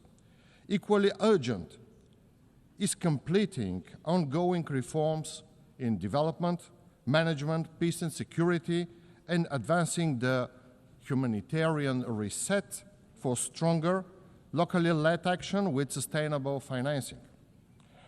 At institutional level, we believe that the Security Council must be reformed to reflect today's world more effective, more representative, more accountable. We need genuine progress, including a fairer balance in membership, one additional non-permanent seat be allocated to the Eastern European group, and limits on the misuse of the veto. The General Assembly must remain the heart of the organization, where our shared forum for dialogue and decision-making. Excellencies, ever since the adoption of the UN Charter, international peace and security have never been more threatened. Russia's full-scale war of aggression against Ukraine, with its far-reaching global repercussions, represents an existential challenge to the rule-based international order. This is not merely a European conflict. It threatens the very legitimacy of the United Nations. It's utterly unacceptable That a founding UN member with a permanent Security Council seat wages war while disregarding international humanitarian and human rights law. In recent weeks, Russia is escalating and conducting flagrant violation of EU member states and NATO allies' sovereign airspace by drones and planes. These actions demonstrate that Russia is the one undermining the prospects of peace. These actions cannot be tolerated and are meeting our strong collective resolve and response. The only path to peace is clear. Ukraine's sovereignty must be respected and its territorial integrity fully restored. A full, immediate, and unconditional ceasefire is essential. The need for urgent action is clear in the Middle East. The brutal Hamas attack on 7 October 2023 and the devastating conflict that followed have caused immense human suffering. Bulgaria mourns the loss of every innocent life, Israeli and Palestine alike. In Gaza, tens of thousands of civilians have been killed, neighborhoods destroyed, and countless people displaced. We must not allow this tragedy to leave a permanent scar on humanity's conscience. A sustainable ceasefire and credible political process are urgently needed. Only a two-state solution grounded in international law and mutual recognition can secure a just and lasting peace, allowing Israelis and Palestinians to live side by side in dignity and security. The crisis in the Middle East and North Africa is interconnected and threatens regional stability. Yemen faces famine and disease. Syria needs an inclusive, UN-led dialogue for democratic transition, and Sudan teeters on the brink amid ongoing fighting and mass displacement. Instability in Libya and the Sahel shows how weak institutions allow conflicts to spread. Bulgaria calls for a new regional security architecture led by UN, grounded in diplomacy, respect for sovereignty, and long-term investment in peace and development. Nuclear non-proliferation, disarmament, and arms control remain central to our collective security. We condemn rhetoric and actions that threaten stability and stress the need for renewed diplomacy. Iran must fully cooperate with the International Atomic Energy Agency and ensure the peaceful nature of its nuclear program, while all parties work to de-escalate tensions through diplomacy. Likewise, the Democratic People's Republic of Korea must dismantle its program for weapons of mass destruction and ballistic missiles in a complete, verifiable, and irreversible way in accordance with international law and treaty obligations. Distinguished delegates, Bulgaria consistently upholds the principle of United Nations at the regional level, engaging actively with the Southeastern European Cooperation Process, the Regional Cooperation Council, the Organization of the Black Sea Economic Cooperation.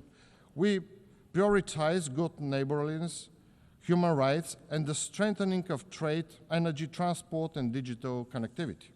Bulgaria firmly supports the European integration of the Western Balkans based on the merit as the path to peace, stability, and prosperity. The Black Sea region remains strategically important for European security and energy resilience, and Bulgaria works to make it a space of stability and sustainable development.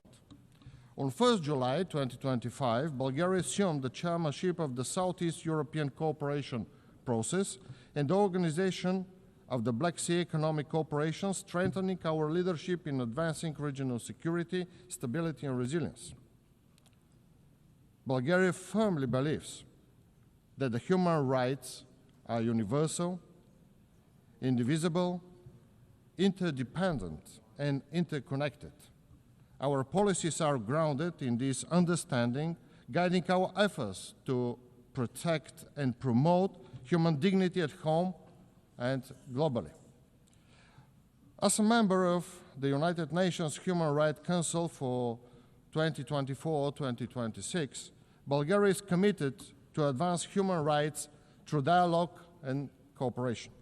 We prioritize gender equality and the empowerment of women and girls in line with international human rights instruments and the Women, Peace and Security Agenda.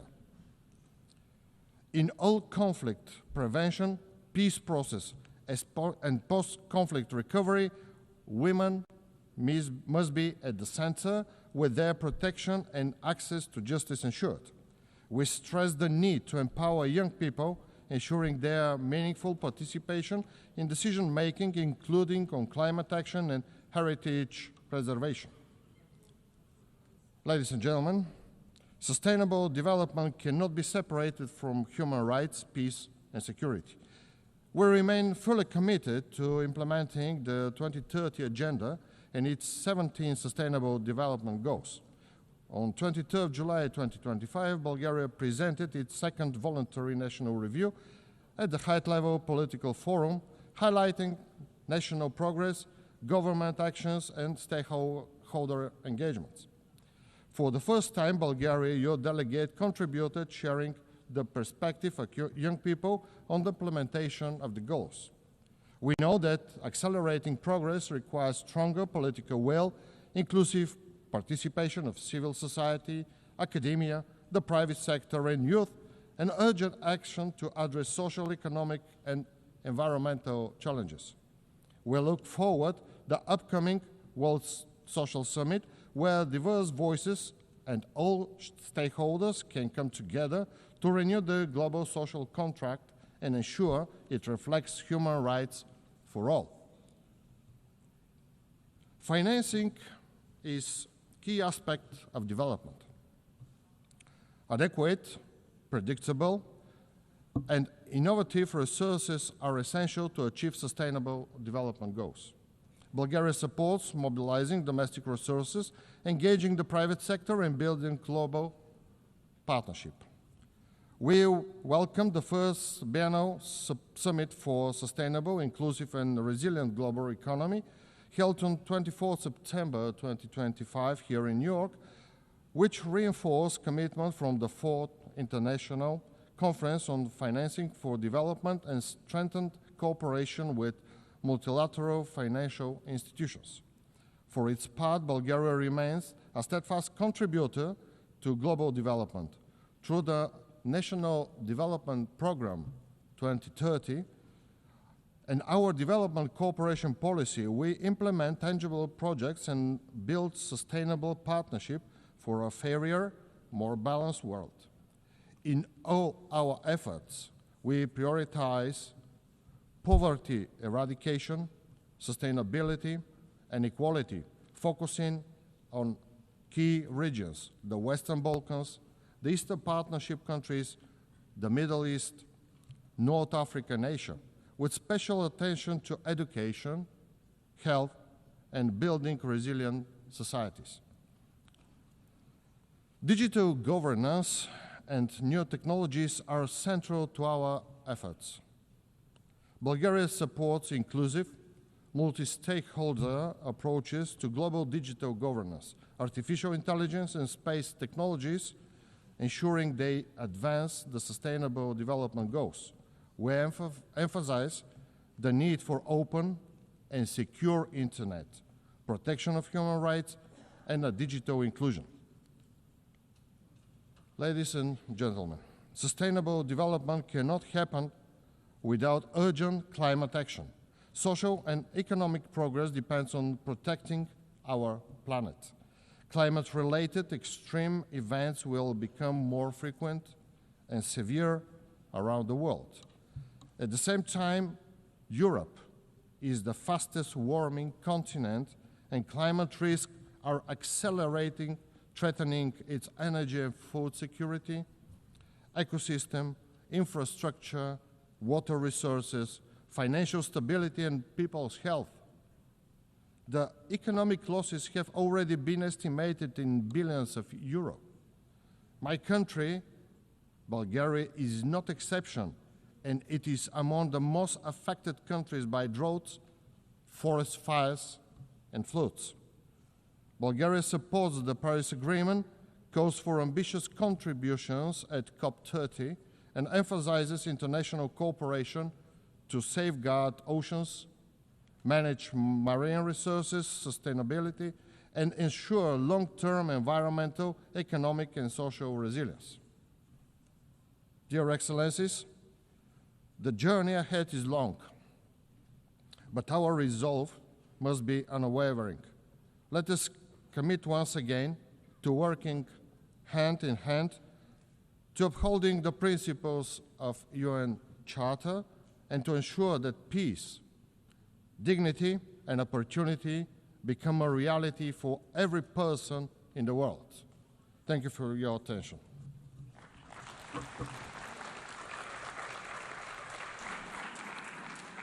Au nom de l'Assemblée générale, je remercie Monsieur le Premier On ministre behalf of the de General la Assembly, République I de thank the Bulgarie. Prime Minister of the Republic of Bulgaria.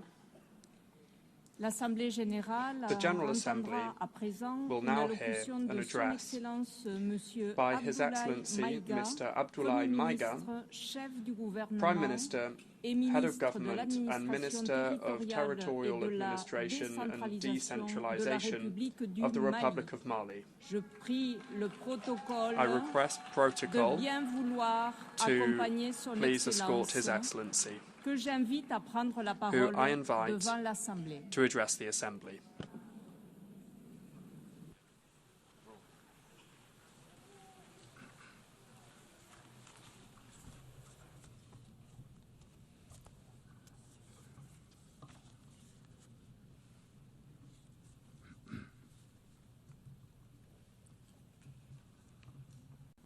Madame la Présidente de l'Assemblée générale, President of the General Mesdames et Assembly, Messieurs les chefs d'État heads of et de state gouvernement, and government, Monsieur le Secrétaire général de l'Organisation des Nations Unies, United Nations Secretary General, Mesdames et Messieurs, ladies and gentlemen. à l'entame de mes propos, As I begin my statement, j'ai l'honneur de vous I adresser have les the honor salutations to cordiales extend to you the et cordial de vous greetings transmettre les messages des and pères fondateurs de la the Confédération des États du message Sahel, from the founding AES, fathers of the Alliance of leurs Sahel Excellences le States, général d'armée Their Assimi Goïta, Excellencies, président Army de la General transition, Assimi chef de Goïta, l'État de President la of République du Transition, Head Mali, of State of Mali, président de la and the Confédération President of the des Alliance États du Sahel, of Sahel States, le capitaine Ibrahim Captain Traoré, Ibrahim président du Traoré, Faso, President of chef de Burkina l'État, Faso, Head of State, le général d'armée and Army Abdourahmane General Tiani, Abdourahmane président de la Tiani, République du President of Niger, the Republic of chef de Niger, l'État. and Head of State. Je vous prie de I would recevoir also également les salutations like to share chaleureuses with you the warm du peuple digne de congratulations l'AES, from the dignified plus que people jamais of the déterminé à Alliance se of libérer Sahel du States, joug determined de more than ever l'impérialisme to free et à réaliser themselves son from the yoke of autodétermination imperialism dans and un enjoy their esprit right to panafricaniste. self-determination in a pan-African spirit.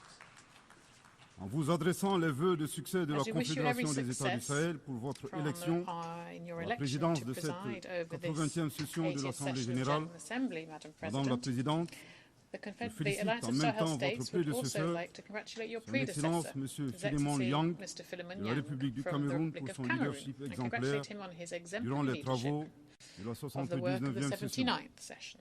Qu'il me soit enfin Finally, permis de réitérer I wish au to secrétaire reiterate général, M. Antonio Guterres, to our notre Secretary appréciation General, des Mr. efforts qu'il Antonio continue de Guterres, déployer reiterate our appreciation of the pour la efforts that he réalisation des continues nobles to objectifs undertake de notre to achieve organisation the noble commune. objectives of our shared Mesdames et organization. Messieurs, le thème de cette Ladies and 80e gentlemen, session the de topic l'Assemblée générale, chosen for à this savoir, je 80th cite, session of the General mieux Assembly, ensemble, better plus de together, 80 ans 80 au years service and de la more paix, for peace, du développement et des droits development humains, and human fin de rights, citation, end of quote, et d'une importance toute is of particulière pour les particular États membres importance for the member de la states Confédération AES. of the AES Oui, Confederation. la Yes, paix, peace, l'entraide, le mutual développement assistance et la development, préservation des and droits the humains preservation of human demeurent rights remain les principaux the main objectifs, objectives. voire la Indeed, raison d'être des the Nations raison Unies. d'être of the United Hélas, Nations. ces objectifs Alas, essentiels n'ont jamais these été key autant ébranlés objectives have dans le never monde et au Sahel been so précisément, sorely tested in du the fait world and in essentiellement des Sahel groupes armés in particular, obscurantistes, because essentially instrumentalisés of et soutenus